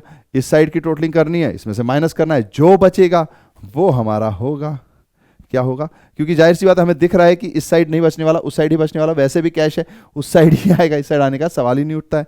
तो आपके पास जो आखिरी तारीख होगी, क्योंकि जनवरी का आखिरी महीना 31 को होता है, तो 31 जनवरी आप लिखेंगे, फिर लिखेंगे बाय बैलेंस कैरीड फॉरवर्ड, और यही जैसे यहां पे ब्रॉड फॉरवर्ड था, नेक्स्ट मंथ में कैरीड फॉरवर्ड ब्रॉड फॉरवर्ड बन जाएगा। ठीक है, अब इसकी टोटलिंग कर लेते हैं, तो 1,50,000 प्लस 33 183 और 1,10,000 293 293 और 9 202 202 और 2 204 204 और 7 211, 211, ठीक है 211। अब क्या करना भैया जी, तो 500 500 यानी कि 12 12, 212 900, 212 900, 212 900 प्लस 120 120 यानी कि 240, यानी कि ये हो गए 213 140, ठीक है। इसकी फिर से टोटलिंग कर लीजिए, 1,50,000 प्लस 33, 1,50,000 प्लस 33 183, 183 में 1 लाख जोड़ेंगे 283 प्लस 10 जोड़ेंगे 293, 293 में अपन ने 7 जोड़ दिया तो 3 है ना, 500 को भी अलग रखा है ना, तो 293 में 7 जोड़ा तो 3 लाख हो गए, 3 लाख 2,000, 3 लाख 11,000, ठीक है 3 लाख 2,000, एक मिनट भाई ये तो 3 आएगा, 3 आएगा, सही हुआ, अपन ने दोबारा जोड़ ली, 3 लाख 2 और 9 3 लाख 11,000, ठीक है 11,000 में अब देखो ये 500 और ये 500 तो 12,000 हो गया, 12,000 में ये 450 450 900 यानी 3,12,900 आ गया, फिर 240 तो 3,13,140 हो गया। अब इसमें से माइनस कर दो, 3,13,140 माइनस करते हैं तो अपने पास आ जाता है ये 60, यहाँ पे 360 हो गया, फिर ये तो 5 ही रहेगा तो ये 2 है, यहाँ पे 1 है और यहाँ पर 2 है, यानी 2,12,336। बस अब यहाँ लिख दो 2,12,360, 36 बोला था मैं, 360, बस आ गया आंसर हमारा। और इसको हाईलाइट करने के लिए ब्लू कलर से इसको ऐसे कर दिया अपन ने, ठीक है डन। अब करना है अगला क्वेश्चन, तो चलिए अगले क्वेश्चन की ओर चलते हैं जो कि है डबल कॉलम कैश बुक। मुझे उम्मीद है कि अब आपको इसमें इतना कोई टफनेस नहीं लग रहा हो, बहुत ही सिंपल है। तो let's go to next question. तो क्वेश्चन कह रहा है हमसे, क्या कह रहा है, prepare double column cash book for the month of March, March के महीने का बनाना है, from the following transaction of Messi of Delhi. लीजिए मेसी जी आ गए हैं, सपना था हमारा उनको जीतते हुए देखने का और वो जीत चुके हैं, इस बात की तो खुशी ही अलग है। आज तो मेरे चेहरे पे दिख भी रही होगी, चलो वो तो ठीक है। अब दिल्ली में मैसी आ गए क्योंकि जाहिर सी बात है अर्जेंटीना में तो रह नहीं सकते, अदरवाइज हम कैसे बनाते उनकी बुक्स में, वो तो फिर दूसरे देश की याद है, हालांकि जो दिल में रहता है वो अपना ही है। तो बस फिर दिल्ली का बना दिया है इनको, है ना, दिल की दिल्ली, मैसी जी हमारे दिल में है। अब इनकी बुक्स, इन्होंने तो अपना काम कर दिया है, वैकेशन पे अब जाने वाले होंगे, अब हमें तो उनका काम करना है। तो चलिए फिर स्टार्ट करते हैं। पर अब डबल कॉलम कैश बुक है, ध्यान रखिएगा जीएसटी इंक्लूडेड है, जिसमें जीएसटी नहीं होता बस उस अमाउंट को हटाना है, बाकी सिंपल में और डबल में कोई अंतर नहीं है। प्लीज ज्यादा सोचकर दिमाग को बिल्कुल भी स्ट्रेस मत डालिए, जहां पे यहां पे बस यही तो चीज है ना कि प्लस आईजीएसटी लिखा हुआ है या कहीं सीजीएसटी आईजीएसटी लिखा हुआ है, तो हम क्या कर रहे हैं, टू इनपुट आउटपुट लिख रहे हैं, है ना, टू आउटपुट और बाय इनपुट इनपुट लिख रहे हैं। तो जहां पर ये नहीं है इसको हटा देंगे बस, बाकी कुछ नहीं बचता है, ठीक है। इसीलिए जीएसटी का करा लिया ताकि दोनों इसमें कवर हो जाएं और आपका जल्दी से कवर हो जाए, ताकि फिर आप क्वेश्चंस प्रैक्टिस करें, क्योंकि practice makes man and women perfect. हम कितने भी क्वेश्चन करा लें, जब तक आप नहीं करोगे समझ में नहीं आएगा। और प्लीज कॉन्सेप्ट का इस्तेमाल कीजिए, बहुत सारी बुक्स में बहुत सारी उलटपटान एंट्रीज दी होती है, एंट्रीज कुछ भी गलत नहीं है, बस उसको समझने की बात है। स्टेप में तोड़िए, आपको बनेगा, नहीं बनेगा कमेंट सेक्शन है वहां डाल दीजिए, मैं रिप्लाई कर दूंगा, लेकिन करना है, खुद से करना है, खुद को मजबूत बनाना है। अब देखिए स्टार्ट करते हैं। तो 22 में 2022 है 1 मार्च, कैश इन हैंड है, बैंक ओवरड्राफ्ट है। लीजिए भैया जी, बैंक का बैलेंस ओवरड्राफ्ट है, ओवरड्राफ्ट का मतलब नेगेटिव बैलेंस, तो हमें उस साइड भेजना है। अभी हम करते हैं तो आपको समझाई दूंगा मैं। फिर सैलरी पेड हमने कहा okay, cash sales plus CGST SGST है, तो एक एक करके स्टार्ट कर देते हैं, फिर उसी टाइम पे हम इसको समझते भी चलेंगे। तो देखिए हमारे पास सबसे पहले आ जाता है भैया जी 2022 है, ठीक है, 1 मार्च है, ठीक है, MAR लिख दूंगा मैं आपकी बार शॉर्ट से। यहां पे आएगा आपका 2 बैलेंस ब्रॉट फॉरवर्ड। अब क्योंकि बहुत सारे 2 आने वाले हैं तो बहुत सारे 2 लिख दो, 2 2 2 2 2, ऐसे ही यहां पर। अब यहां पर जो है हमारे पास 2022 है और 1 मार्च तारीख आएगी, यहां पर भी इस बार बाय बैलेंस ब्रॉट फॉरवर्ड आएगा। ऐसा क्यों अभी समझाता हूं, राइम भी बन गई, ऐसा क्यों अभी समझाता हूं, बाय बाय। ये आपके काफी टाइम बचा लेगा, क्योंकि एक ही साथ लिखना है ना, तो इतना कोई झंझट नहीं होती है, वरना कई बार बाय लिखना ही भूल जाते हैं। ओके, मेरे साथ तो ये बहुत होता है ना। देखिए अब इधर पे ध्यान दीजिएगा, कैश इन हैंड, यानी आपको ओपनिंग बैलेंस कैश का तो पॉजिटिव दिया हुआ है, लेकिन बैंक का नेगेटिव दिया हुआ है, ओवरड्राफ्ट है, तो ऑफ कोर्स ओवरड्राफ्ट एक लायबिलिटी है, उसका बैलेंस कहां होना चाहिए? क्रेडिट साइड पर होना चाहिए। तो बस इतनी सी बात है। अब लिखना कैसे है? तो देखिए ये यहां पर जाएगा और पैसे आपके आएंगे कैश में, 55,000 कहां आएंगे? कैश में। अब जब आप यहां पर जाएंगे तो यहां पर कैश में कुछ नहीं आएगा क्योंकि कैश का बैलेंस तो इधर है, बैंक में जाएगा और वो कितना जाएगा? 12,700 रुपए। 12,700 रुपए का आपका नेगेटिव बैलेंस है। ठीक है, इतनी सी कहानी है। अगर भी ये पॉजिटिव बैलेंस होता तो बैलेंस ब्रॉट फॉरवर्ड इधर और इधर लिखा जाता, तो उधर नहीं आता। ठीक है, समझ गया ना? अब इतनी सी बात में तो कंफ्यूज नहीं होंगे कि भैया यहां पर और ये यहां पर है ना? सिंपल है, डन। चलो आगे बढ़ते हैं।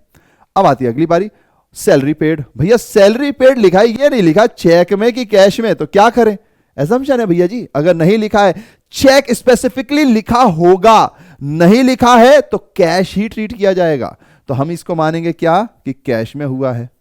ठीक है, कितने रुपीस हैं? 12,000 रुपए हैं। तो भैया ये तो बाय वाली साइड होगी, तो चलिए बाय वाली साइड पे चलते हैं। तो यहां पे बाय सैलरी कितने रुपीस? तो 12,000 रुपए भैया। कहां लिख रहा हूं मैं भी?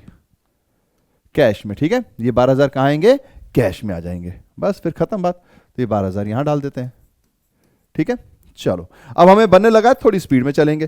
Cash sales plus CGST SGST 6%। Cash sales है भैया, पैसा हमारे पास आएंगे, डेबिट साइड लिखो। हमने कहा ओके चलो, तो यहां पर आ गया हमारे पास टू सेल्स, लेकिन हमें यहां पे अमाउंट निकालना पड़ेगा, तो पहले तो पूरा लिख लेते हैं। Output CGST, output SGST. ठीक है, यहां तो कोई दिक्कत ही नहीं है। अमाउंट कितना है हमारे पास? तो 40 से 6 यानी कि 24। तो भैया जी यहां पर तो सबसे पहले क्योंकि यहां कुछ लिखा नहीं है, लिखा है कैश सेल्स, तो कैश में जाएगा 40,000, 2,400 यहां पर और 2,400 यहां पर, इसमें तो कोई दिक्कत नहीं है। ठीक है, अब अगले पहुंचते तो 1 हो गया, 2 हो गया, 3 हो गया, 4 हो गया। परचेज गुड्स फ्रॉम सौरभ, हमने परचेज किया सौरभ से, हमने कहा ओके चंडीगढ़ में है, 20,000 प्लस आईजीएसटी 12%। अब अगर हम यहां तक पढ़ेंगे तो कहीं कैश की बात नहीं की गई, कहीं बैंक की बात नहीं की गई, यानी उधार की एंट्री है। पर इसके आगे पढ़े, बाय, पेड बाय, अब पे हुआ है। Cheque in full settlement on 8 April, 8 अप्रैल को हुआ। तो अब देखिए 8, इसको 9 मार्च का महीना, तो 9 मार्च कर लेते हैं। ठीक है, अब यहां ध्यान दीजिएगा, ट्रांजैक्शन 8 अप्रैल को हुआ है, paid by cheque in full settlement, हमने उनको चेक पे किया है 9 को, हमने उन्हें चेक पे किया है 9 को, यानी 8 को जो ट्रांजैक्शन हुआ है वो क्रेडिट का हुआ है। 8 को ट्रांजैक्शन क्या हुआ है? क्रेडिट का हुआ है। तो क्रेडिट की एंट्री क्या होती है? परचेज किया है, परचेज, इनपुट सीजीएसटी एसजीएसटी सारे डेबिट, टू सौरभ। अब सौरभ जी को हमने पे किया, तो सौरभ टू, आपके पास चेक वर्ड है यानी कि बैंक, यानी हमने इनको पेमेंट किया है बैंक से। मगर इशू क्या है? अगर आप देखेंगे तो आपका दिमाग इसको कैलकुलेट करने में लग जाएगा, भाई ये टाइम वेस्ट है। क्यों? क्योंकि मुझे कोई मतलब नहीं क्या अमाउंट आने वाला है, क्योंकि उन्होंने कह दिया है कि जो मैंने चेक दिया है वो फुल सेटलमेंट ऑफ 21,000 है, यानी मेरी एंट्री 21,000 से होगी और किससे नहीं होगी। तो यहां पर डायरेक्ट लिखना है भाई साहब, यहां हम जाएंगे सीधा सौरभ जी के नाम पे, कितने रुपीस? 21,000, खत्म बात। ठीक है, ये टाइम बचा लेगा आपका। अब क्योंकि मुझे समझाना है तो मैं इसको समझा देता हूं। तो 20,000 है, इसमें प्लस करेंगे हम 12%, तो वो आ जाएगा 2400, यानी कि 22,400 का पूरा अमाउंट था, हमने 21,000 पे कर दिए, यानी 1,400 जो है हमारा वो डिस्काउंट है।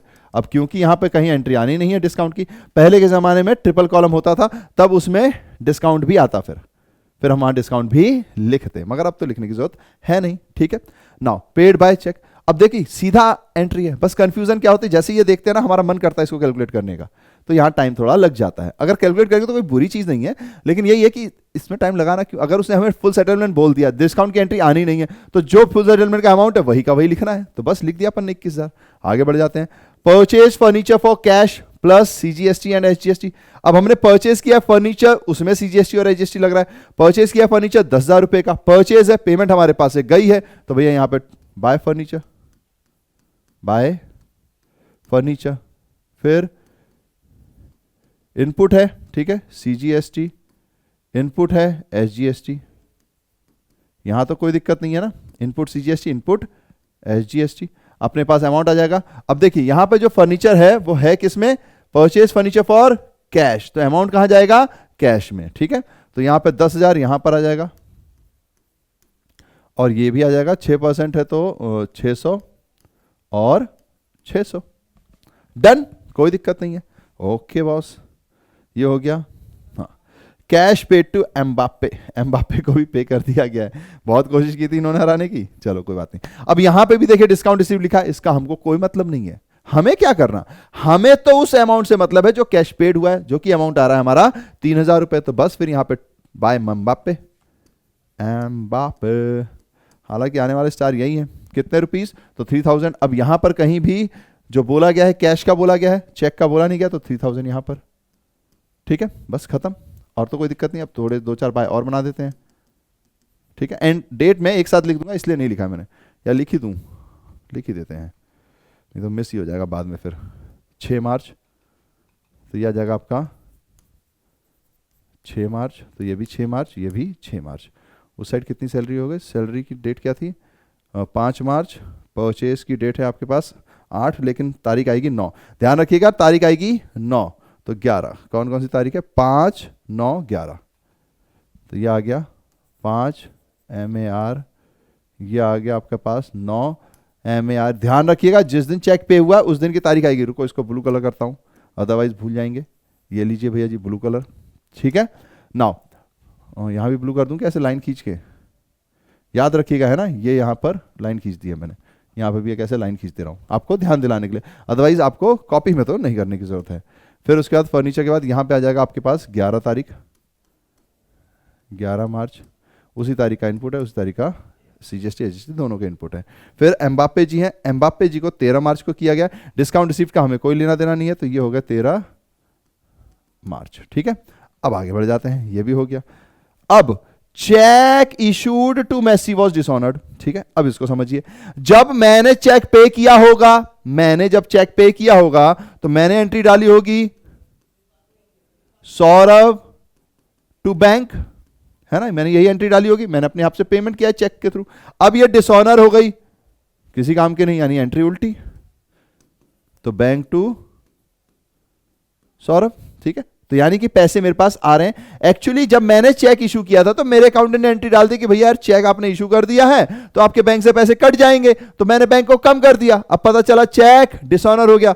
अब ये मत कहना भैया आप ही का तो चेक डिसऑनर हुआ है, हाँ पर चेक तो डिसऑनर हो गया, नहीं मेरे अकाउंट के पैसे तो उतने के उतने ही है, तो मेरा अकाउंटेंट अब क्या करेगा, पैसे को वापस बढ़ाएगा। तो इसमें मेरे पास बैंक बैलेंस बढ़ने वाला है, बैंक बैलेंस बढ़ने वाला है। तारीख कौन सी है, 15 मार्च, तो यहां पर मेरा आएगा 15 मार्च, ठीक है। टू, नाम तो सौरभ जी का ही आएगा, ठीक है, टू सौरभ। कितने रुपीस थे, तो 21,000। भैया यहां पे डिस्काउंट फिस्काउंट का कुछ नहीं, 21,000 से ही एंट्री, क्योंकि मैंने पेमेंट 21,000 की है, तो मेरा बैंक तो 21,000 से ही कम हुआ है ना, तो वही 21,000 से ही तो बढ़ेगा, क्योंकि वो चेक तो डिसऑनर हो गया, ठीक है।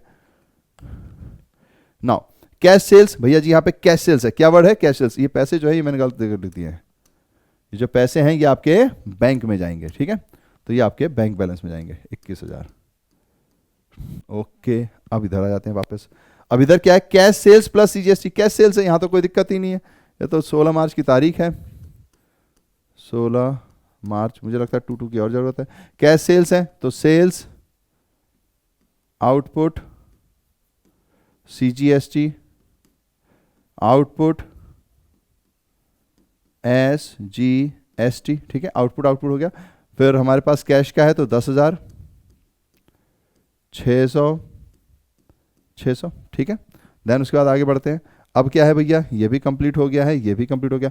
Bank charge interest on overdraft, bank ने इंटरेस्ट चार्ज किया, बैंक डायरेक्ट चार्ज करता है, सीधा हमारा बैंक अकाउंट कम कर देता है, ठीक है। यहां पर क्या होगा, बैंक इंटरेस्ट चार्ज करता है, सीधा हमारा बैंक अकाउंट कम कर देता है, तो ये उस साइड वाला होगा 17 मार्च, तो यहां पर आ जाएगा 17 मार्च, और भी बाई की जरूरत पड़ेगी लग रहा है, ठीक है।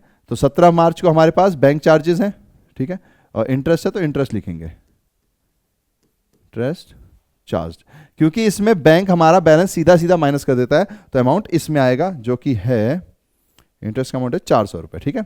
तो यहां पर ऐसे आके 400 रुपए यहां आ जाएगा, ठीक है।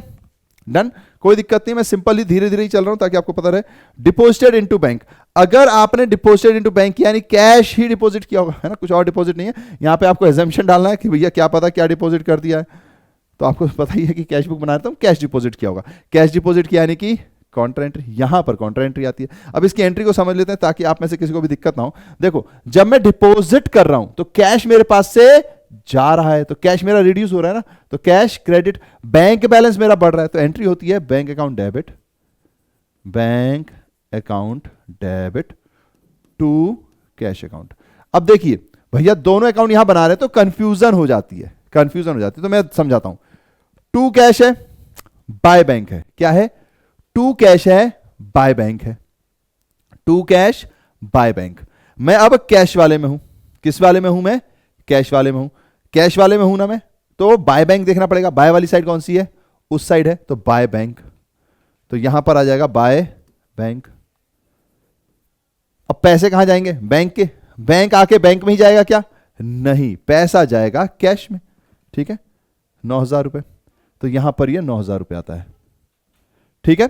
अब इसको मैं फिर से ब्लू कर दे रहा हूं ताकि ये वाली चीज जो है वो आपको समझ में आए, ये वाली चीज आपको समझ में आए, इसी को कॉन्ट्रा कहते हैं। फिर ये तारीख कौन सी है, 18 मार्च, तो यहां पर 18 मार्च आएगा। फिर यहां पर जाहिर सी बात है ये तो आपके सेम डेट्स हैं तो ये तो सेम आ जाएंगी, यहां पे भी कुछ कुछ टू बढ़ा देता हूं।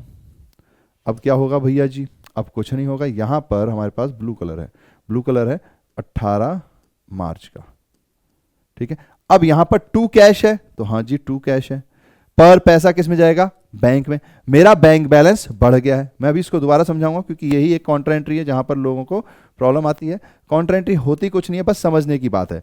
तो देखिए, bank account debit to cash, bank balance मेरा बढ़ रहा है, किसकी वजह से, कैश की वजह से। हम ऐसे ही तो पढ़ते हैं ना, बैंक डेबिट हुआ, मेरा एसेट बढ़ रहा है, किसकी वजह से, कैश की वजह से। तो देखिए टू कैश, वजह बढ़ा क्या है, बैंक बैलेंस, तो बैंक के डेबिट और क्रेडिट में है तो बैंक के डेबिट में आएगा, बैंक के डेबिट में आएगा, क्योंकि मेरा बैंक बैलेंस बढ़ रहा है कैश की वजह से। सीधा इसको पढ़ने का तरीका है। अभी इसी एंट्री को दोबारा देखिए कि मेरा कैश टू कैश है यानी कि मेरा कैश घट रहा है, टू कैश यानी कि मेरा कैश घट रहा है, किसकी वजह से, बैंक की वजह से। तो यहां पे देखिए बाय बैंक, पैसा घट रहा है तो कैश के में अमाउंट, ठीक है। अगर यहीं पर विड्रॉन होता तो बैंक से पैसा आता तो cash to bank, cash to bank. अब मैं बैंक में हूं, मेरा बैंक घट रहा है, किसकी वजह से घट रहा है, कैश की वजह से, तो मैं यहां बाय कैश लिखता, बैंक में अमाउंट लिखता, ठीक है ना। विड्रॉल का आप समझ गए, डन। अब उसी का कैश में देखते हैं, तो अब कैश क्या कहता, कैश मेरा बढ़ रहा है तो कैश डेबिट है, कैश मेरा बढ़ रहा है, कैश पे फोकस्ड हूं मैं, किसकी वजह से, बैंक की वजह से, तो टू है बैंक, तो टू है बैंक, तो यहां टू बैंक आता, क्या बढ़ता, कैश बैलेंस बढ़ता, तो कैश के अमाउंट में आता। वैसे भी आप ध्यान रख लीजिए, अगर थोड़ा सा समझ है, टू कैश है पैसा बैंक से जाएगा, बाय बैंक है पैसा कैश से जाएगा, बाय कैश है बैंक में पैसा जाएगा, यहां पर बाय टू बैंक है कैश में पैसा आएगा। सीधा सा पॉइंट है, क्योंकि खुद में पैसे तो डाल नहीं रहे होते, ठीक है। चलिए आगे बढ़ जाते हैं। मुझे उम्मीद है कि आप कॉन्ट्रा एंट्री समझ, कॉन्ट्रा एंट्री कोई भी आए उसमें यही लॉजिक्स हैं, है ना। अगर फिर भी ना समझे तो एक बार दोबारा सुनिएगा, स्लो मोशन में आपको समझ में आ जाएगा, ठीक है। वैसे तो मुझे उम्मीद है कि समझ में आ ही गया होगा। नाउ पे टेलीफोन बिल, अब थोड़ा सा लगता है छोटा छोटा लिखना पड़ेगा या नेक्स्ट स्लाइड पे जाना पड़ेगा, है नेक्स्ट स्लाइड तो है, कितना बचा है, टेलीफोन बिल गुड्स का इस साइड आएगा, चलो देख लेते हैं। वैसे उम्मीद है कि शायद नहीं जरूरत पड़ेगी, ठीक है। Pay telephone bill cheque by cheque, देखिए बाय चेक है यानी बैंक का है, इंक्लूडिंग वर्ड आ गया, प्लस वर्ड नहीं है, इंक्लूडिंग वर्ड है यानी इसके अंदर जुड़ा हुआ है। वैसे भी अमाउंट से आप देख रहे होंगे तो भैया 448, 6% बोल रहे हैं तो इंटू 6 और 6 यानी कि 12, 112, 6 और 6 सीजीएसटी एसजीएसटी अलग अलग है ना, ईच लिखा हुआ है, तो इसको करेंगे, ये सिंपल हो गया, तो 4 होगा 48, तो 48 का क्या करना पड़ेगा, डिवाइडेड बाय 2 करना पड़ेगा, तो 24 और 24, ठीक है। 400 का 6%, 24, सिंपल है, अब तो कोई दिक्कत ही नहीं है। पेड है, बैंक है, मतलब चेक के थ्रू, तो बस फिर छोटा छोटा कर लेते हैं ताकि यहीं पे आ जाए। कितनी तारीख है, 19 मार्च, तो ये हो गया 19 मार्च। टेलीफोन बिल, टेलीफोन बिल कितना अमाउंट है, तो अमाउंट में हमारे पास बैंक में जाएगा 40 से 400, 400 रुपये, और ये 24 रुपये, और ये 24 रुपये। यहाँ पर इनपुट CGST, इनपुट SGST, ठीक है, खत्म, बस फिर ये भी डन हो गया। फिर sold goods for 30,000 plus CGST SGST sold हुआ है, each to Maria and received cheque in full settlement. अब यहां पर थोड़ा सा आपको ध्यान देना पड़ेगा कि भैया जी हमने 30,000 का गुड्स बेचा जिसपे CGST SGST लगा है, और हमने उसको फुल सेटलमेंट में डिपॉजिट कर दिया, डिस्काउंट अलाउ करके 800 रुपए। अब यहां पे प्रॉब्लम है, जैसे इस क्वेश्चन में क्या था, इस क्वेश्चन में जो हम थे तो यहां पे हमें वो फुल सेटलमेंट का अमाउंट गिवन था, अब हमें फुल सेटलमेंट का अमाउंट नहीं गिवन है, डिस्काउंट का अमाउंट गिवन है, तो पूरा अमाउंट निकालना पड़ेगा, डिस्काउंट को माइनस करेंगे तब जाके फुल सेटलमेंट का अमाउंट निकलेगा, ठीक है ना। यहां पे हमें फुल सेटलमेंट का ही तो अमाउंट चाहिए, पर वो यहां गिवन था, यहां नहीं गिवन है, तो यहां तो भैया निकालना पड़ जाएगा। तो यहां निकालना पड़ जाएगा तो कोई दिक्कत नहीं है, 30 में 6% जोड़ेंगे तो 12%, तो 36,000 मतलब 30,000, 3,600 आ जाएगा, ठीक है। 3,600 को हम बांटेंगे 1800, 1800 है ना, 6% है, 2 जीरो कटे, 1800, 1800, यानी कि हमारे पास जो टोटल आ रहा है वो आ रहा है 33,600। अब इसमें से वो कह रहे हैं 800 आपका डिस्काउंट है, तो 800 माइनस कर दिए, तो एक्चुअली में जो रिसीव होगा आपको वो होगा 32,800, ठीक है, 32,800 आपको रिसीव हो रहा होगा, 600, 32,800, तो ये पैसे आपको रिसीव हो रहे हैं, डिस्काउंट की एंट्री आपको करनी नहीं है, फुल सेटलमेंट पर है और deposited on the same day है, यानी कि 21 मार्च ही आपकी तारीख आएगी, और क्योंकि ये चेक के थ्रू है तो बैंक में पैसा जाएगा, ठीक है। तो बस यहां पे क्या करना है, टू, नाम क्या लिखेंगे अपन, लिखा हुआ है मारिया, एंजल डी मारिया, कल इन्होंने काफी मस्त खेला, एंजल डी मारिया, पैसे यहां पे चले जाएंगे कितने, 32,800, समझे 32,800 कैसे हुआ, फिर से देख लीजिए, पहले हमें 30,000 का बिल था, अब हमें यहां पर यह बताया हुआ है कि डिस्काउंट कितना है, यह नहीं बताया हो कि रिसीव कितना हुआ, वरना तो मैं डायरेक्ट एंट्री कर देता, यहां पे मुझे निकालना पड़ेगा, तो मैंने निकाला 30,000 पे 12%, 6 6 12 होता है 3600, 18 18 यानी 6 6 करके, ठीक है, जोड़ दिया तो 33,600, उस पे 800 का डिस्काउंट है, माइनस कर दिया तो 32,800, ये पैसा मुझे मिला होगा मेरे बैंक में क्योंकि चेक से मिला है, ठीक है। नाउ उसके बाद paid rent plus CGST SGST, paid rent, rent पे हो चाहे जो भी हो उससे तो कोई फर्क ही नहीं पड़ता है, तो यहां पर तारीख आ जाएगी 19 मार्च के बाद 23 मार्च, तो ये हो गई हमारे पास 19 19, अब आ गया 23 मार्च तारीख, ठीक है। बाय बाय बाय, थोड़ा छोटा छोटा लिख दे रहा हूं मैं ताकि इसी पेज पे हो जाए, रेंट, फिर इनपुट CGST, इनपुट SGST, ठीक है। अमाउंट कितना है, तो अमाउंट है हमारे पास 1,000, 1,000 पे निकलेगा तो 60 आएगा, ठीक है भैया जी, तो ये हो गया 1,000, फिर 60 और 60, ठीक है, 6%, 60 आता है। नाउ अब उसके बाद paid rent, Drew cash for personal use, draw कर लिया आपने पर्सनल यूज के लिए, तो यहां तो कोई दिक्कत ही नहीं है। अच्छा ये पेड रेंट चेक, तो चेक में नहीं है ना, तो इधर नहीं आएगा, चेक में नहीं है तो ये इधर आएगा, है ना, कैश में है 1,060, ठीक है। अब ड्राइंग्स है, तो बाय ड्राइंग्स, पर्सनल यूज है, और पर्सनल यूज में क्या है, कैश है, पर्सनल यूज में कैश लिया गया है, कितने रुपीस हैं, 1,300 रुपए हैं, तो भैया जी ये 1,300 रुपए यहां आ जाएंगे, ठीक है। अब क्या करना है भैया, इसकी तारीख लिखनी है, ये तो 23 मार्च ही रहेगा, ये भी 23 मार्च ही रहेगा, शायद 25 तारीख थी, 25 तारीख थी, ठीक है, तो ये आ जाएगा 25 मार्च। फिर उसके बाद है 29 मार्च को आउटस्टैंडिंग एक्सपेंस, अब देखिए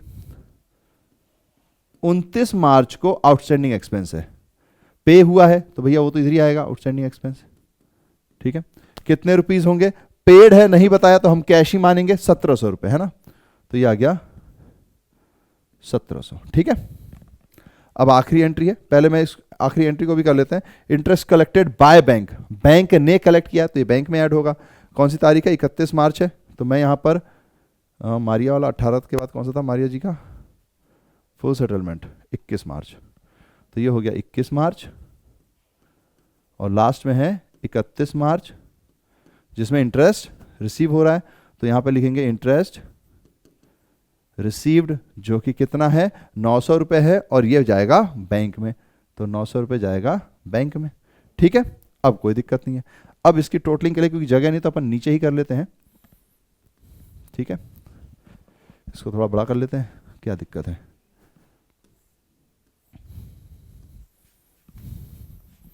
लो बॉस, इसको थोड़ा सा बड़ा कर लिया, टिंग टिंग टिडिंग टिंग टिंग टिडिंग टिंग टिंग टिडिंग, और ये डबल लाइन ऐसे आ गई। ठीक है, यहाँ पे भी डबल लाइन आ गई। टोटलिंग के लिए हमारे लिए आसान है, अब तो कोई दिक्कत ही नहीं है। अब आउटस्टैंडिंग एक्सपेंस कैसे आया ये समझते हैं। देखिए, paid outstanding expense, paid outstanding expense का मतलब क्या है, हमने कभी खर्चा किया होगा तो एंट्री क्या की होगी यहां पर, एक्सपेंस टू आउटस्टैंडिंग एक्सपेंस किया होगा। ठीक है, ये हमारी एंट्री रही होगी। जैसे ही हमने पेमेंट किया, एक्सपेंस तो हम ऑलरेडी डेबिट कर चुके हैं, तो अब इसको तो डेबिट करेंगे नहीं ना, एक्सपेंस तो हमारा खत्म है। आउटस्टैंडिंग एक्सपेंस एक लायबिलिटी दिख रही है, हमने उसका पेमेंट कर दिया। अगर भैया हमने उसका पेमेंट कर दिया तो लायबिलिटी हमारी खत्म हो जाएगी, तो आउटस्टैंडिंग एक्सपेंस डेबिट टू, हमें ये बताया नहीं है कि कैश में या किस में, एजम्पशन यही होता है कि कैश में जब तक चेक वर्ड यूज ना किया होगा, तो टू कैश, इसलिए outstanding expense debit to cash हो रहा है, तो outstanding expense debit to cash हो रहा है। ठीक है, मुझे उम्मीद है कि आप ये बात समझ गए होंगे, है ना। जब भी कोई एक्सपेंस आपने पे नहीं किया तो आप एक्सपेंस तो बढ़ाते हो, साथ में एक लायबिलिटी क्रिएट कर देते हो। अब जब लायबिलिटी का आपने पेमेंट कर दिया तो लायबिलिटी घट गई, जाहिर सी बात है कैश में पेमेंट किया तो कैश घट गया। ठीक है, तो इसीलिए पेड की साइड पे आ जाएगा, तो यहाँ पे आपको कोई दिक्कत होनी नहीं चाहिए। बस फिर अब क्या करना है भैया, टोटलिंग करनी है, तो मैंने कहा ठीक है भाई टोटलिंग करते हैं। तो 21 और 9 30 और 32 62 और 1700 63 700 है ना। कहाँ लिख दूँ मैं, यहाँ ऊपर लिख देता हूँ, ये डबल कॉलम कैश बुक है, हेडिंग रहेगी, मैं यहाँ पे ये लिख दे रहा हूँ, है ना। ये तो आप लिख दोगे 30 32 62 और 1700 63 700। ठीक है, अब इसमें से माइनस करना है, तो 12 और 21 33 फिर तो ठीक है, अरे वाह पॉजिटिव बैलेंस वापस आ गया, 33 700, तो 33 34 100 34 100 34 500 24 48 34 548। ठीक है, तो माइनस कर देंगे अपन, तो ये हो जाएगा अपने पास 52, ये हो जाएगा 6 तो 152, फिर ये हो जाएगा 9 और ये हो जाएगा 2, तो 29152। ठीक है, तो 63 700 इसकी तो टोटलिंग ठीक है, 63 700 यहां पर आ जाएगा 63 700।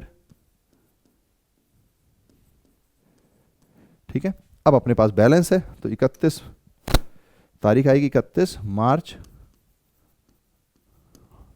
By balance carried forward. यहां पे ब्रॉड फॉरवर्ड थे, दोनों जगह थे, मैं यहां पे ये गोले याद मार देता हूं ताकि आपको याद रहे। बैंक ओवरड्राफ्ट था इसलिए, अगर बैंक बैलेंस होता तो इस साइड आ रहा होता। ठीक है, हमारे पास बैलेंस है 29 152, कोई दिक्कत नहीं है। ठीक है भैया जी, आगे बढ़ जाते हैं। आगे बढ़ के फिर क्या बचता है, अब कैश का बैलेंस बचता है, इस साइड थोड़ी ज़्यादा चीज़ें हैं तो देख लेते हैं।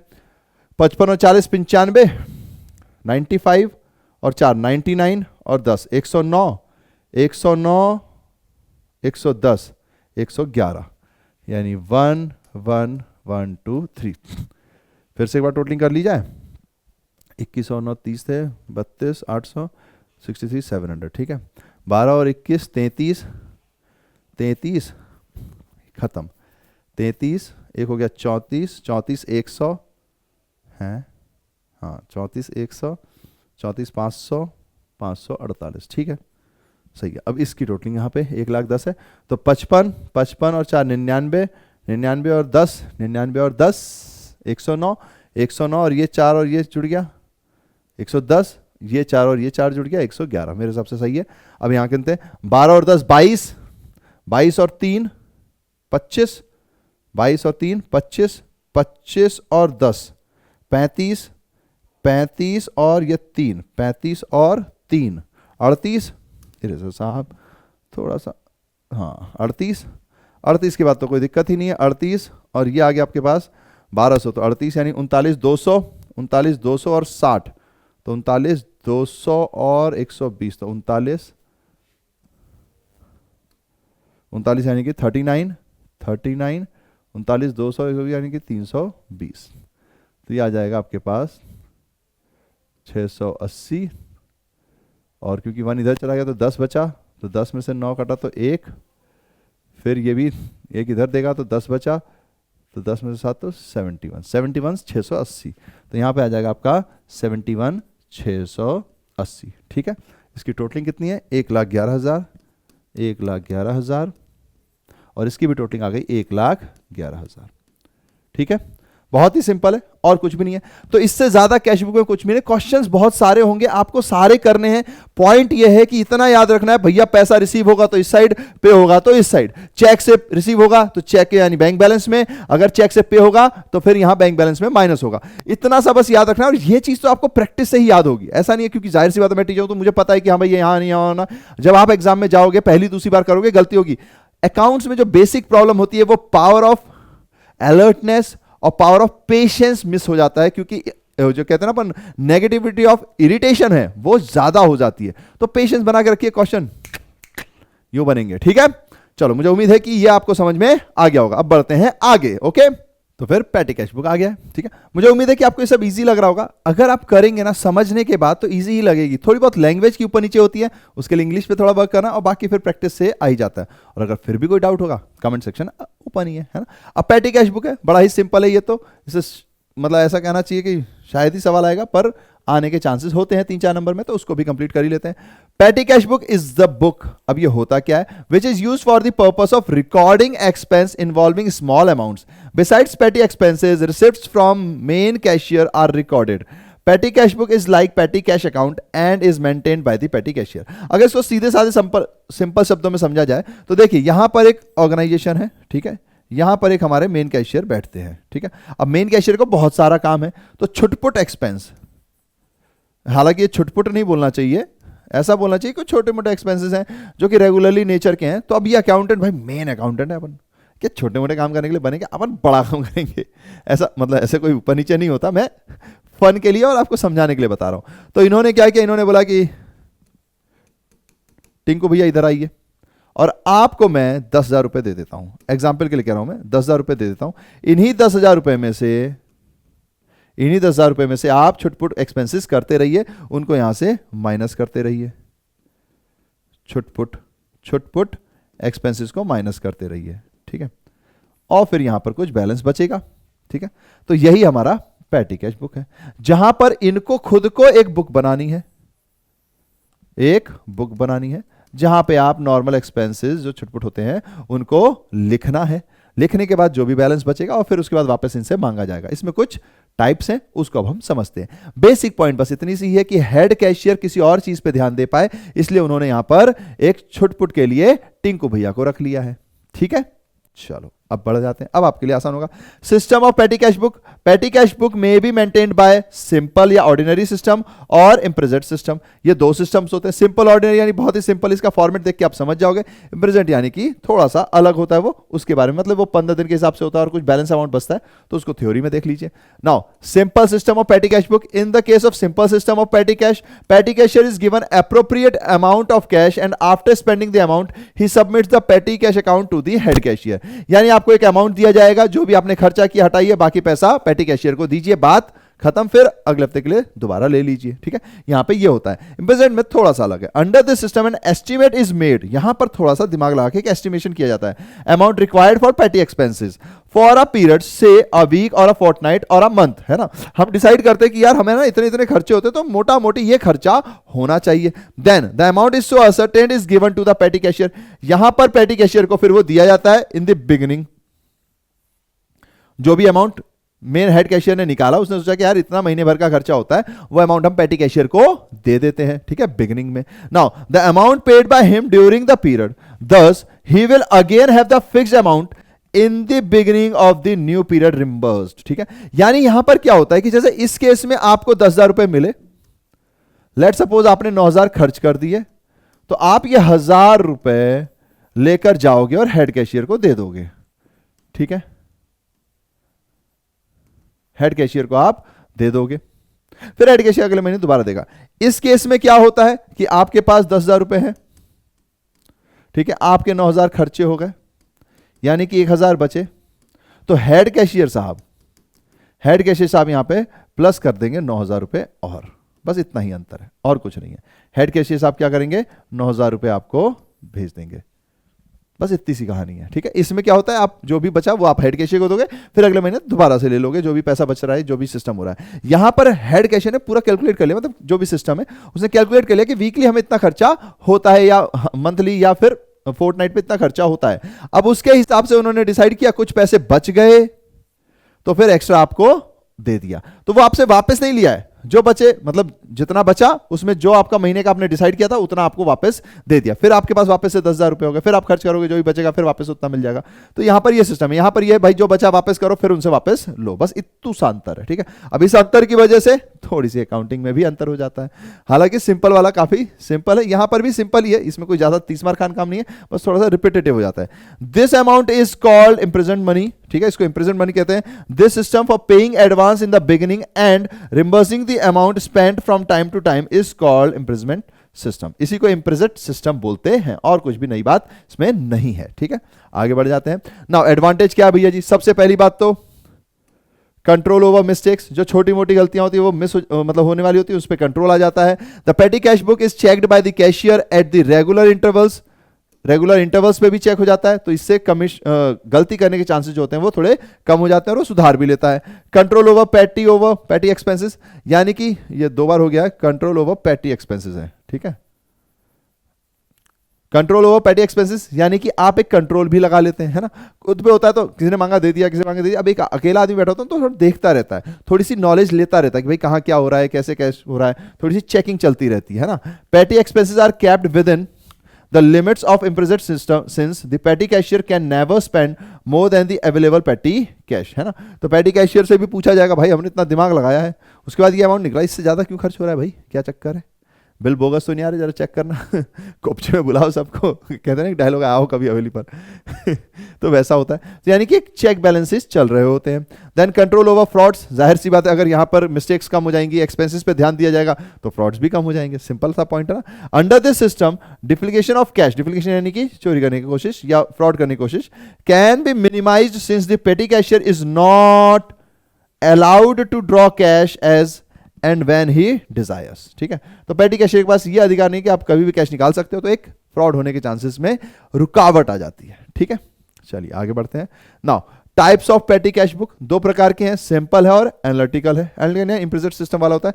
सिंपल में क्या होता है भैया जी, a simple petty cash book is identified with a cash book, any cash which the petty cashier receives is recorded on the left hand side and cash column of debit or receipts column, and any cash which he pays, simple जैसा cash book है ना या cash account होता है वैसा ही है, he pays out is recorded on the right hand side, credit and payments, the date and particulars column. ठीक है, डेट पर्टिकुलर्स कॉलम होते हैं, रिसीव होगा तो इस साइड है, जो भी पे किया वो इस साइड हो गया, बात खत्म, इसमें कुछ एक्स्ट्रा नहीं होता है। तो इसका फॉर्मेट देखिए बहुत ही सिंपल ही है, specimen form of simple petty cash book, कुछ नहीं करना है, इस साइड पे आपका पैसा आएगा 10,000 रुपये आप यहां लिख दोगे, ठीक है, फिर यहाँ पे डेट आएगी, अब जो भी चीज खर्चे में आएगी वो यहाँ यहाँ यहाँ यहाँ यहाँ यहाँ यहाँ यहाँ यहाँ यहाँ यहाँ यहाँ यहाँ लिखते जाएंगे, फिर उसके बाद आपके पास अमाउंट पेड आ जाएगा, फिर लास्ट में बैलेंस बच जाता है। ठीक है, तो यहाँ पे कोई बहुत ज्यादा बड़ा काम नहीं करना होता है, फिर उसके बाद आप दोबारा ले लोगे, यानी जब भी रिसिप्ट होगा तो यहाँ पर आ जाएगा, उसके बाद यहाँ पे आपके ट्रांजेक्शन्स चलते रहेंगे, जब जब पैसे की जरूरत पड़ेगी आप यहाँ से लेते रहोगे।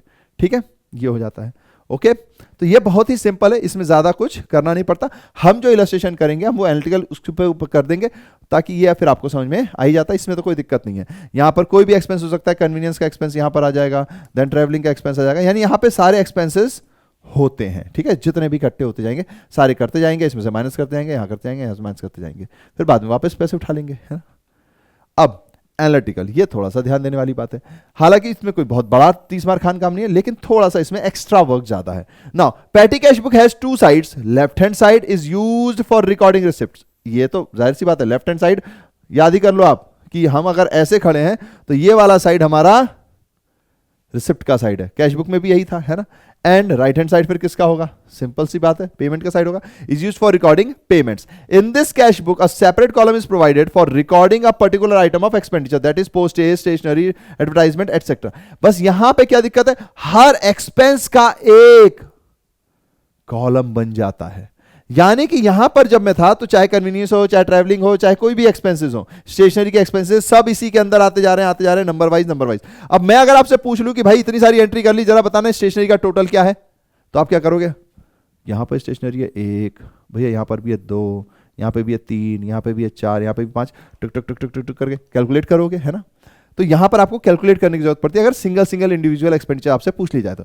यहां पर क्या होता है, हर एक्सपेंस तो लिखा ही जाता है, साथ में उसका एक अलग से कॉलम भी बना होता है। अभी आप फॉर्मेट में देख लोगे तो वहां पर क्या है, स्टेशनरी का टोटल स्टेशनरी में, आने जाने का यानी कि फ्रेट का टोटल पूरे फ्रेट में रहता है।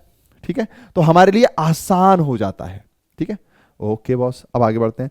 तो इसीलिए postage, stationery, advertisement etcetera, a column is usually provided for sundries to record infrequent payments. When petty expenses is recorded on the right hand side total payments column, same amount is also recorded on in the appropriate expense column. इसीलिए वही amount expense column में भी लिखा जाता है।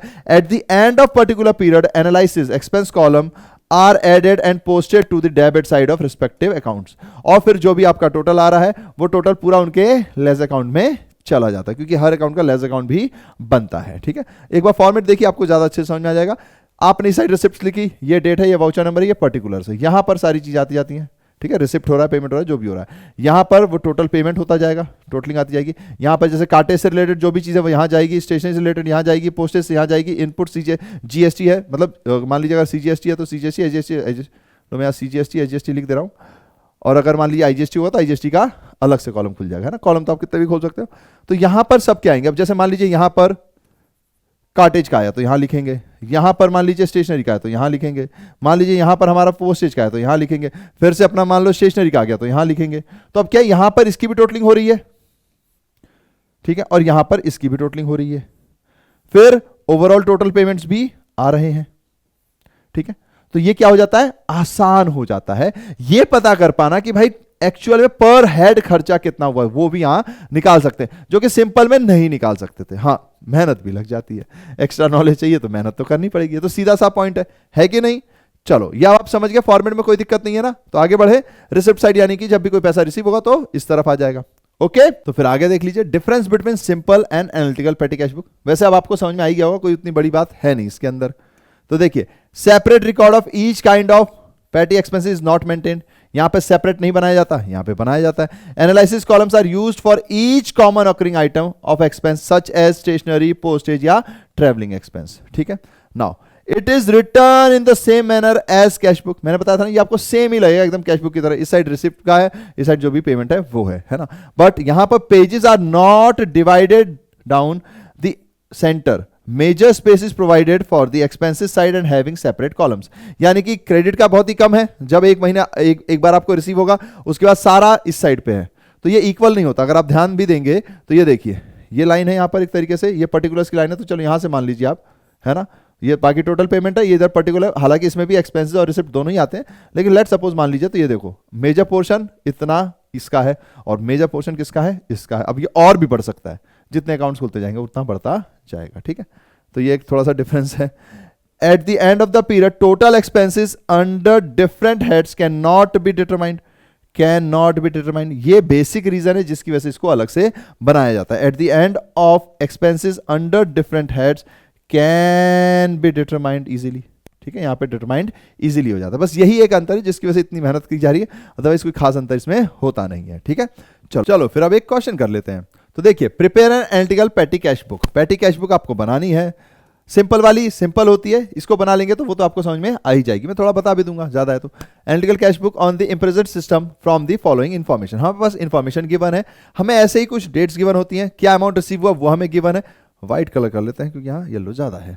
तो received from पेटी cash, है ना, तो हमको एक रिसिप्ट मिल गया, उसके बाद जो जो खर्चे किए हमने वो मिल गया, उसके बाद बस उसको पुट करना है ना। तो फॉर्मेट में पुट कर देते हैं, सिंपल सा पॉइंट है, ज्यादा कुछ इसमें होता नहीं है। तो स्टार्ट कर लेते हैं। तो इधर पे आपका आएगा receipt, date, voucher, particular, total payments, और फिर यहाँ पर वो हेड्स के नाम आते हैं। ठीक है, तो नाम मैंने अभी खाली रखे हैं। अब देखिए, पर्टिकुलर में सबसे पहले आपको कैश रिसीव हो रहा है, तो कैश, अब यहाँ पे तो येलो ही करना पड़ेगा, ब्लू कर दूं क्या मैं यहाँ पे, चलो यहाँ पे ठीक है, इतना तो कोई दिक्कत नहीं है। करते हैं अपन इसको, क्या कर देते हैं, इसको अपन ब्लू कर देते हैं, कोई दिक्कत नहीं है। ठीक है, तो इरेजर साहब आइए जरा, इसको ब्लू से कर दे रहा हूं मैं बीच बीच में। तो ये कैश हो गया। अब आपको रिसीव हुआ है 12,000 रुपए। 12,000 रुपए तो ये आ गया आपके पास 12,000 रुपये। देन किस तारीख को रिसीव हुआ है, तो 1 जनवरी को, तो जनवरी 1 डेट आ गई। ठीक है, अब करना क्या है भैया जी, कुछ नहीं। अब देखिए जनवरी 2 को पेड मेट्रो फेयर, तो जनवरी 2 जो मेट्रो फेयर से यानी आने जाने का है वो कन्वेंस में ही आता है। तो आप यहां पे कहीं देख रहे होंगे तो यहां पर एक जगह कन्वेंस है, ये रहा कन्वेंस। तो आप हेडिंग इसकी एक ही डाल सकते हैं, जो एक ही से रिलेटेड है तो आपको उसको एक ही के अंदर डाल सकते हैं। तो इसके अंदर मैं यहां पर कन्वेंस लिख दे रहा हूं। ठीक है, ठीक है, कन्वीनियंस, कन्वेंस।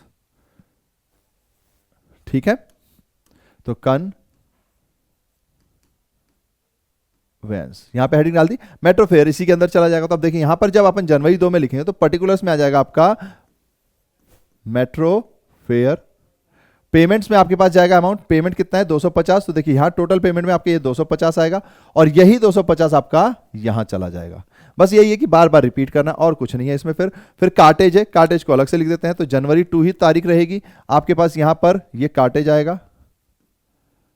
अगर आप देखेंगे तो ये 2 वाली साइड होती है और ये बाय वाली है, बाय वाली है। ठीक है, काटेज के पैसे अलग से, तो यहां पे काटेज,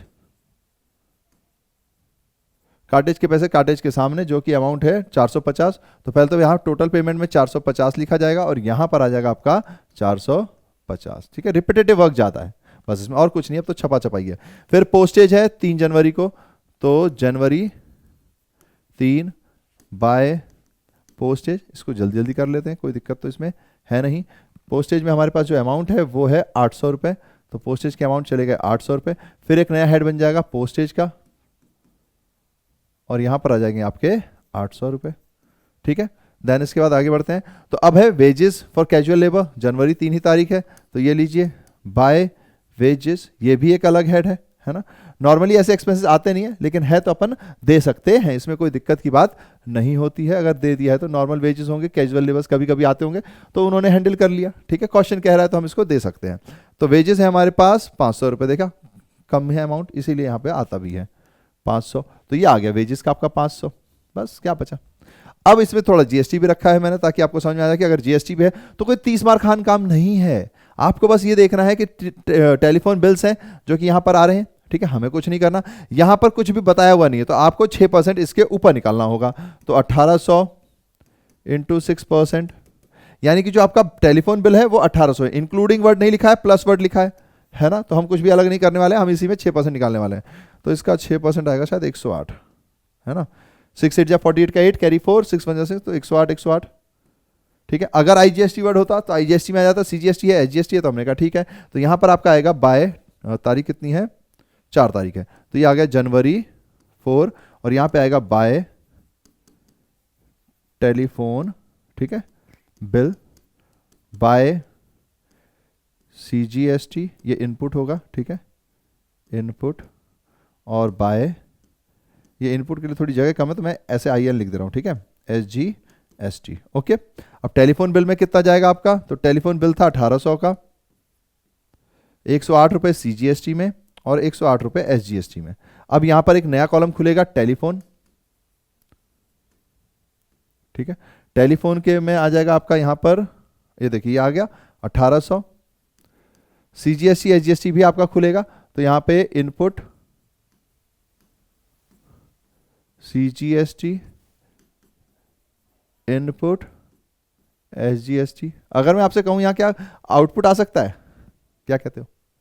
नहीं आ सकता, क्योंकि सेल का यहाँ पे है नहीं। अगर कोई कह दे कि नहीं भाई सेल के भी तुम देख लो, तो फिर इसका बनाने का कोई सेंस नहीं बनता है ना। हाँ, क्वेश्चन कह ही दे तो बना सकते हैं, अदरवाइज यहाँ पे आउटपुट आने का चांस नहीं है, क्योंकि सेल होगी ही नहीं। सेल होगी तो भाई साहब यहाँ पे अलग से पेटी कैश बुक क्यों बना रहे, क्योंकि सेल तो बड़े अमाउंट्स पे होती है, फिर तो सारा ही बना दो, पेटी कैशियर को हटाओ, फिर हेड कैशियर ही सारा काम करेगा, है ना। तो इसलिए ये चांसेस बहुत कम है, ऐसा नहीं कि आ नहीं सकता। अब देखिए इनपुट सीजीएसटी जो है वो सीजीएसटी वाले में जाएगा 108, इनपुट एसजीएसटी है जो वो एसजीएसटी में जाएगा 108। ठीक है, ये बातें चीजें थोड़ी सी ध्यान रखनी पड़ती है, एकदम लाइन से जा रहा है। ठीक है, चलिए फिर अब रिपेयर्स की बारी आती है। तो रिपेयर्स भी अलग चीज है, तो रिपेयर्स में भी अलग से आएगा। तो रिपेयर्स है 200 रुपए। तो अच्छा चलो एक कॉलम बचा हुआ, मैंने कहा एक कॉलम खोलना पड़ जाएगा। रिपेयर्स है हमारे पास 200 रुपए, तो यहां पर आ जाएंगे 200 रुपए। यहां पे हमें तारीख लिखनी है पहले, तो ये तो 4 जनवरी है। रिपेयर्स की तारीख कितनी है, रिपेयर्स की तारीख भी 4 जनवरी है। हमने कहा ओके, यहाँ पे बाय रिपेयर्स। ठीक है, कितने रुपए? तो 200 रुपए, तो ये आ गया आपके 200 रुपए। अब क्या करना है भैया? तो अब देखिए पेड बस फेयर, ये भी हो गया हमारे पास। Paid bus fare, bus fare हमारा कन्वेंस में ही था तो यहाँ तो कोई दिक्कत नहीं है। जनवरी 5 बाय बस फेयर, अमाउंट है अपने पास बस फेयर का, एक मिनट कुछ ऊपर नीचे हो गया क्या अमाउंट? कुछ अमाउंट ऊपर नीचे हो गया है, एक मिनट। हाँ, अपने पास ये जो है ये 150 है। हाँ तो 1800 है रिपेयर्स में, ओके। इरेज करना पड़ जाएगा ये तो रिपेयर्स के 1800 हैं, ये सारे डिलीट करो, ये भी सारे डिलीट हो जाएंगे। ठीक है, थोड़ा सा अमाउंट का ऊपर नीचे हो गया है, देख लीजिएगा इसे, मैं वैसे तो सुधार ही रहा हूँ। टेलीफोन बिल जो है हमारे पास, टेलीफोन बिल जो है वो 150 रुपये का है, तो ये 150 आएगा। इस पर अगर हम लगाते हैं 6%, तो 6 से पहले मल्टीप्लाई कर देते तो 900 रुपये, तो 9 रुपये और 9 रुपये आता है। ठीक है, 150 पे करेंगे अपन, तो यहाँ पॉइंट हो जाएगा, तो 1.5 इंटू तो 9 आएगा। अब आता है टेलीफोन बिल, तो यहाँ पर 150, यहाँ पे 9 और यहाँ पर 9। अब आएगा रिपेयर्स जो कि है 1800 का, तो रिपेयर्स आएंगे आपके 1800 में यहाँ पर। ठीक है, 1800 में आ गए। अब उसके बाद देखते हैं, तो रिपेयर्स आ गया 1800 के। अब बस फेयर है 200 का, तो बस फेयर यहाँ पर आ जाएगा 200, लेकिन अब की बार कन्वेंस में आएंगे आपके पास 200, तो ये जो है ये इधर से इस पे आएगा 200। ठीक है, देन उसके बाद आपके पास कार्टेज है जनवरी 5 में ही बाय कार्टेज। ठीक है, अमाउंट आपका कहाँ जाएगा? कार्टेज के अंदर, जो कि है 500 रुपये, तो यहाँ पे आ गया आपका 500 रुपये, और यही कार्टेज के अंदर चला जाएगा 500 रुपये। ठीक है, नाउ देन उसके बाद पोस्टेज है जनवरी 6 को, तो जनवरी 6, फिर एक और जनवरी 6। ठीक है, तो बाय पोस्टेज और फिर बाय कन्वेंस, अब मुझे याद भी रहेगा, कन्वीनियंस लिख लेता था मैं। तो कन्वेंस पोस्टेज में हमारे पास कितना है? तो पोस्टेज में हमारे पास जा रहा है 1500 रुपये, तो ये यहाँ से गए 1500 रुपये और पोस्टेज में पहुँचेंगे, पोस्टेज है हमारे पास यहाँ पर, तो ये आ गया 1500 रुपये। ठीक है, देन उसके बाद कन्वेंस के 700 रुपये हैं जो कि हमारे पास सामने ही है, तो ये 700 यहाँ चले जाएंगे, ये 700 यहाँ जाएंगे। अब होता क्या है कि देखिए, अब यहाँ पर आपको करना है इसकी टोटलिंग, है ना, क्या करना है? इसकी टोटलिंग। तो हमारे पास जो टोटलिंग है वो है, तो यहाँ पर होगी टोटलिंग, है ना, तो ये आ जाएंगे अपने पास 12,000। ठीक है, अब ये जो 12,000 है वही आपके यहाँ पर आएगा टोटल। ठीक है, ये आ जाएगा टोटल आपका 12,000। अब यहाँ पर आपके पास आ जाएगा, जैसे मान लीजिए 6 वीक है, तो वीक का मान लीजिए, तो ये जनवरी 7। ठीक है, इसको मैं थोड़ा सा येलो कलर में कर देता हूँ ताकि आपको ध्यान रहे, ये जो जनवरी 7 है यहाँ पर आपका आएगा जो बैलेंस अमाउंट है। ठीक है, जनवरी 7 में ये आपका आएगा बैलेंस अमाउंट, जो कि निकाला जाएगा 12,000 में से, मैं अभी करके दिखाई रहा हूँ, तो ये आ गया 12,000। अब अगर आप देखेंगे तो आपको इधर पे टोटलिंग करनी है, क्या करना है? यहाँ पर ऐसे टोटलिंग करनी है, यहाँ पर क्या करना है? ऐसे टोटलिंग करनी है। ठीक है, यहाँ पर थोड़ा सा नीचे हो गया है, इरेजर भैया जी आइए ना, हमारी मदद कीजिए, ये जैसे यहाँ पे ऐसे टोटलिंग करनी है। ठीक है, अब क्या करना भैया जी? तो यहाँ टोटलिंग देखिए, तो 250 प्लस 200 450 700, तो 1050।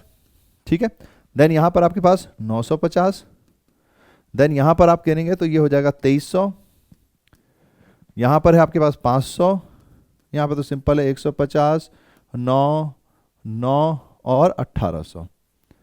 ठीक है, डन है, सिंपल है। अब क्या करना है भैया जी? अब कुछ नहीं करना, इनकी अगर आप टोटलिंग गिनेंगे तो वो यहां आ जाएगी। ठीक है, तो अब यहां पर हम करेंगे टोटल पेमेंट।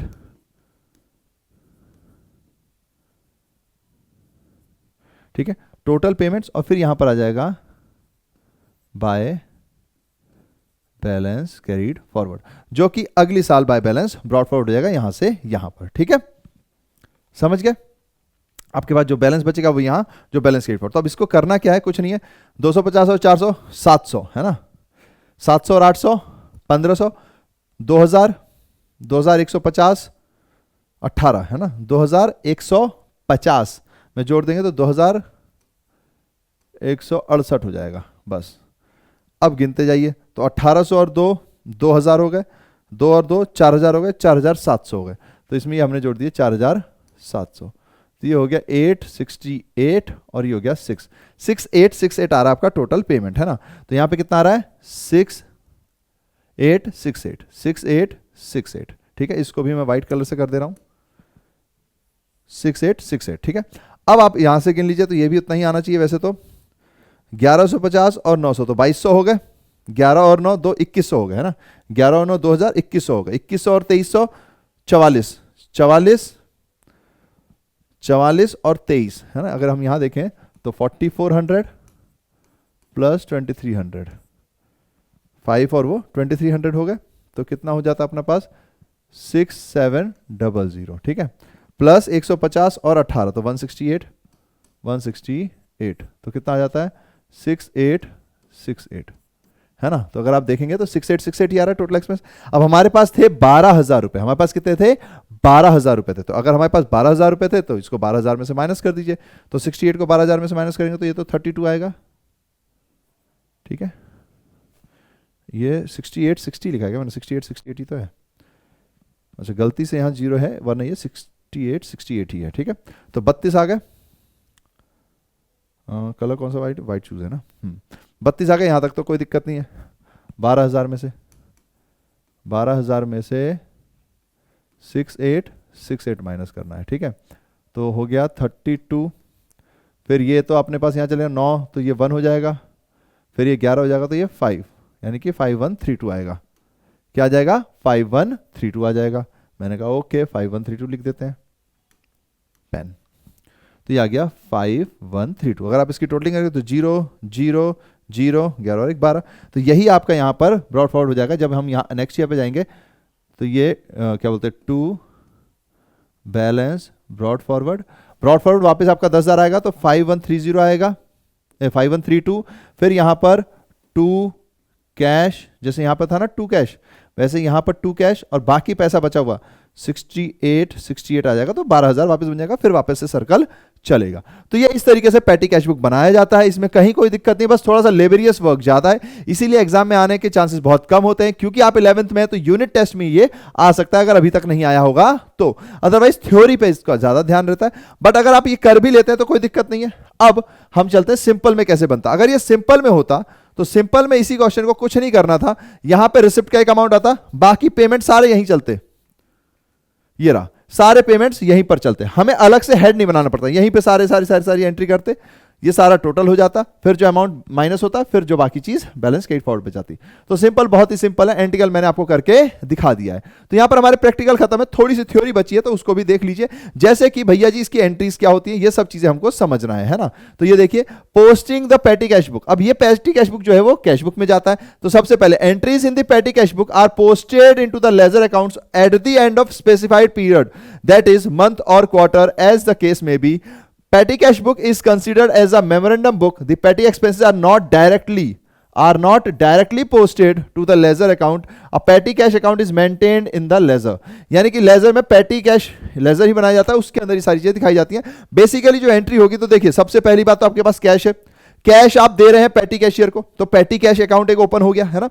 तो कैश आपका गिर गया, पेटी कैश बढ़ गया। पेटी कैश भी एक प्रकार का एसेट है, तो petty cash account debit to cash. देखिए petty cash account debit to cash, जैसे हमारा क्वेश्चन 12,000 रुपए था, तो 12,000 हमने यहां जोड़े, पर हमारे कैश से माइनस हुए होंगे, तो 12,000 यहां से माइनस हो गए। फिर on submission of petty cash account, जब हम पेटी कैश अकाउंट दिखाते हैं पेटी कैशियर को, तब एक्सपेंसेस अकाउंट डेबिट, यानी जितने भी एक्सपेंस थे, अगर आप इस क्वेश्चन को देखेंगे तो आपका हो जाएगा conveyance debit, cartage debit, postage debit, wages debit, telephone expense debit, input CGST, GST, repairs सब डेबिट टू जो आपने पेटी कैश में पे किया, क्योंकि वो पेटी कैश के नाम से जाएगा, तो उतने से हमारा एसेट गिर गया, जैसे 68, तो पेटी कैश में 68, बाकी में हमारे पास 1150, कन्वीनियंस में, कार्टेज में 950, पोस्टेज में 2300, वेजेस में 500, 150, 9 1800, ऐसे करके एक्सपेंस हो जाएंगे। बस खत्म, इतना ही करना होता है। फिर इसके कुछ एडवांटेजेस हैं, तो उसको आपको समझना है। एडवांटेज क्या है? Time saving. यहां पे टाइम सेव हो जाता है चीफ कैशियर का, ध्यान रखिएगा, पेटी कैशियर का नहीं, चीफ कैशियर का टाइम बच जाता है, क्योंकि वो वहां पर ध्यान नहीं दे रहा होता, छुटपुट कहीं और चले गए, तो वो मेजर ट्रांजेक्शंस को देख रहा होता है। देन लेबर सेविंग, यानी saving of labour in writing up the cash book and posting in the ledger, ये भी आपके पास बच जाता है, वरना जितनी बार आप उसकी एंट्री करेंगे उतनी बार आपको पोस्टिंग भी तो करनी पड़ेगी, तो इनकी पोस्टिंग भी आपकी बच गई, तो यहां पे टाइम बच गया। कंट्रोल, कंट्रोल तो आ ही जाता है। It provides better control over small payments, small payments के ऊपर ये सही से कंट्रोल करने में हेल्पफुल होता है, ठीक है।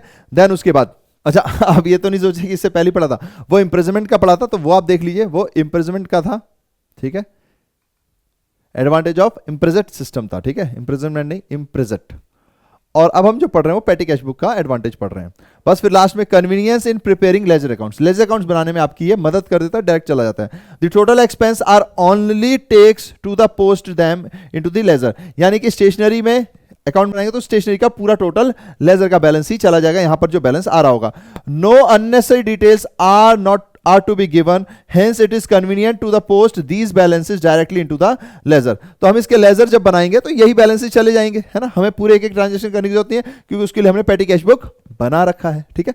पर हाँ, साल के एक बार में नहीं, क्योंकि ये वीकली, मंथली या फोर्टनाइट बनाया जाता है ना, अदरवाइज आप सिर्फ एक बैलेंस सोच रहे हो, नहीं 12 बार बैलेंस जाएगा। अगर मान लीजिए मंथली है तो, वीकली है तो फिर 365 टाइम्स 52 टाइम्स जाएगा, ठीक है। तो ये पॉइंट्स है, ध्यान रखिएगा ये। बस फिर यही इसका एडवांटेज था। तो पेटी कैश भी हमारा हो गया, हमने कैश बुक भी सीख लिया, पेटी कैश बुक भी सीख लिया। अगली जो क्लास होगी वो सब्सिडरी बुक के इलस्ट्रेशंस के ऊपर होंगी, उसके क्वेश्चंस होंगे। मैंने जीएसटी इंक्लूड इसीलिए किया ताकि आपको ये ना लगे कि यार जीएसटी की एंट्रीज कैसे की जाती हैं।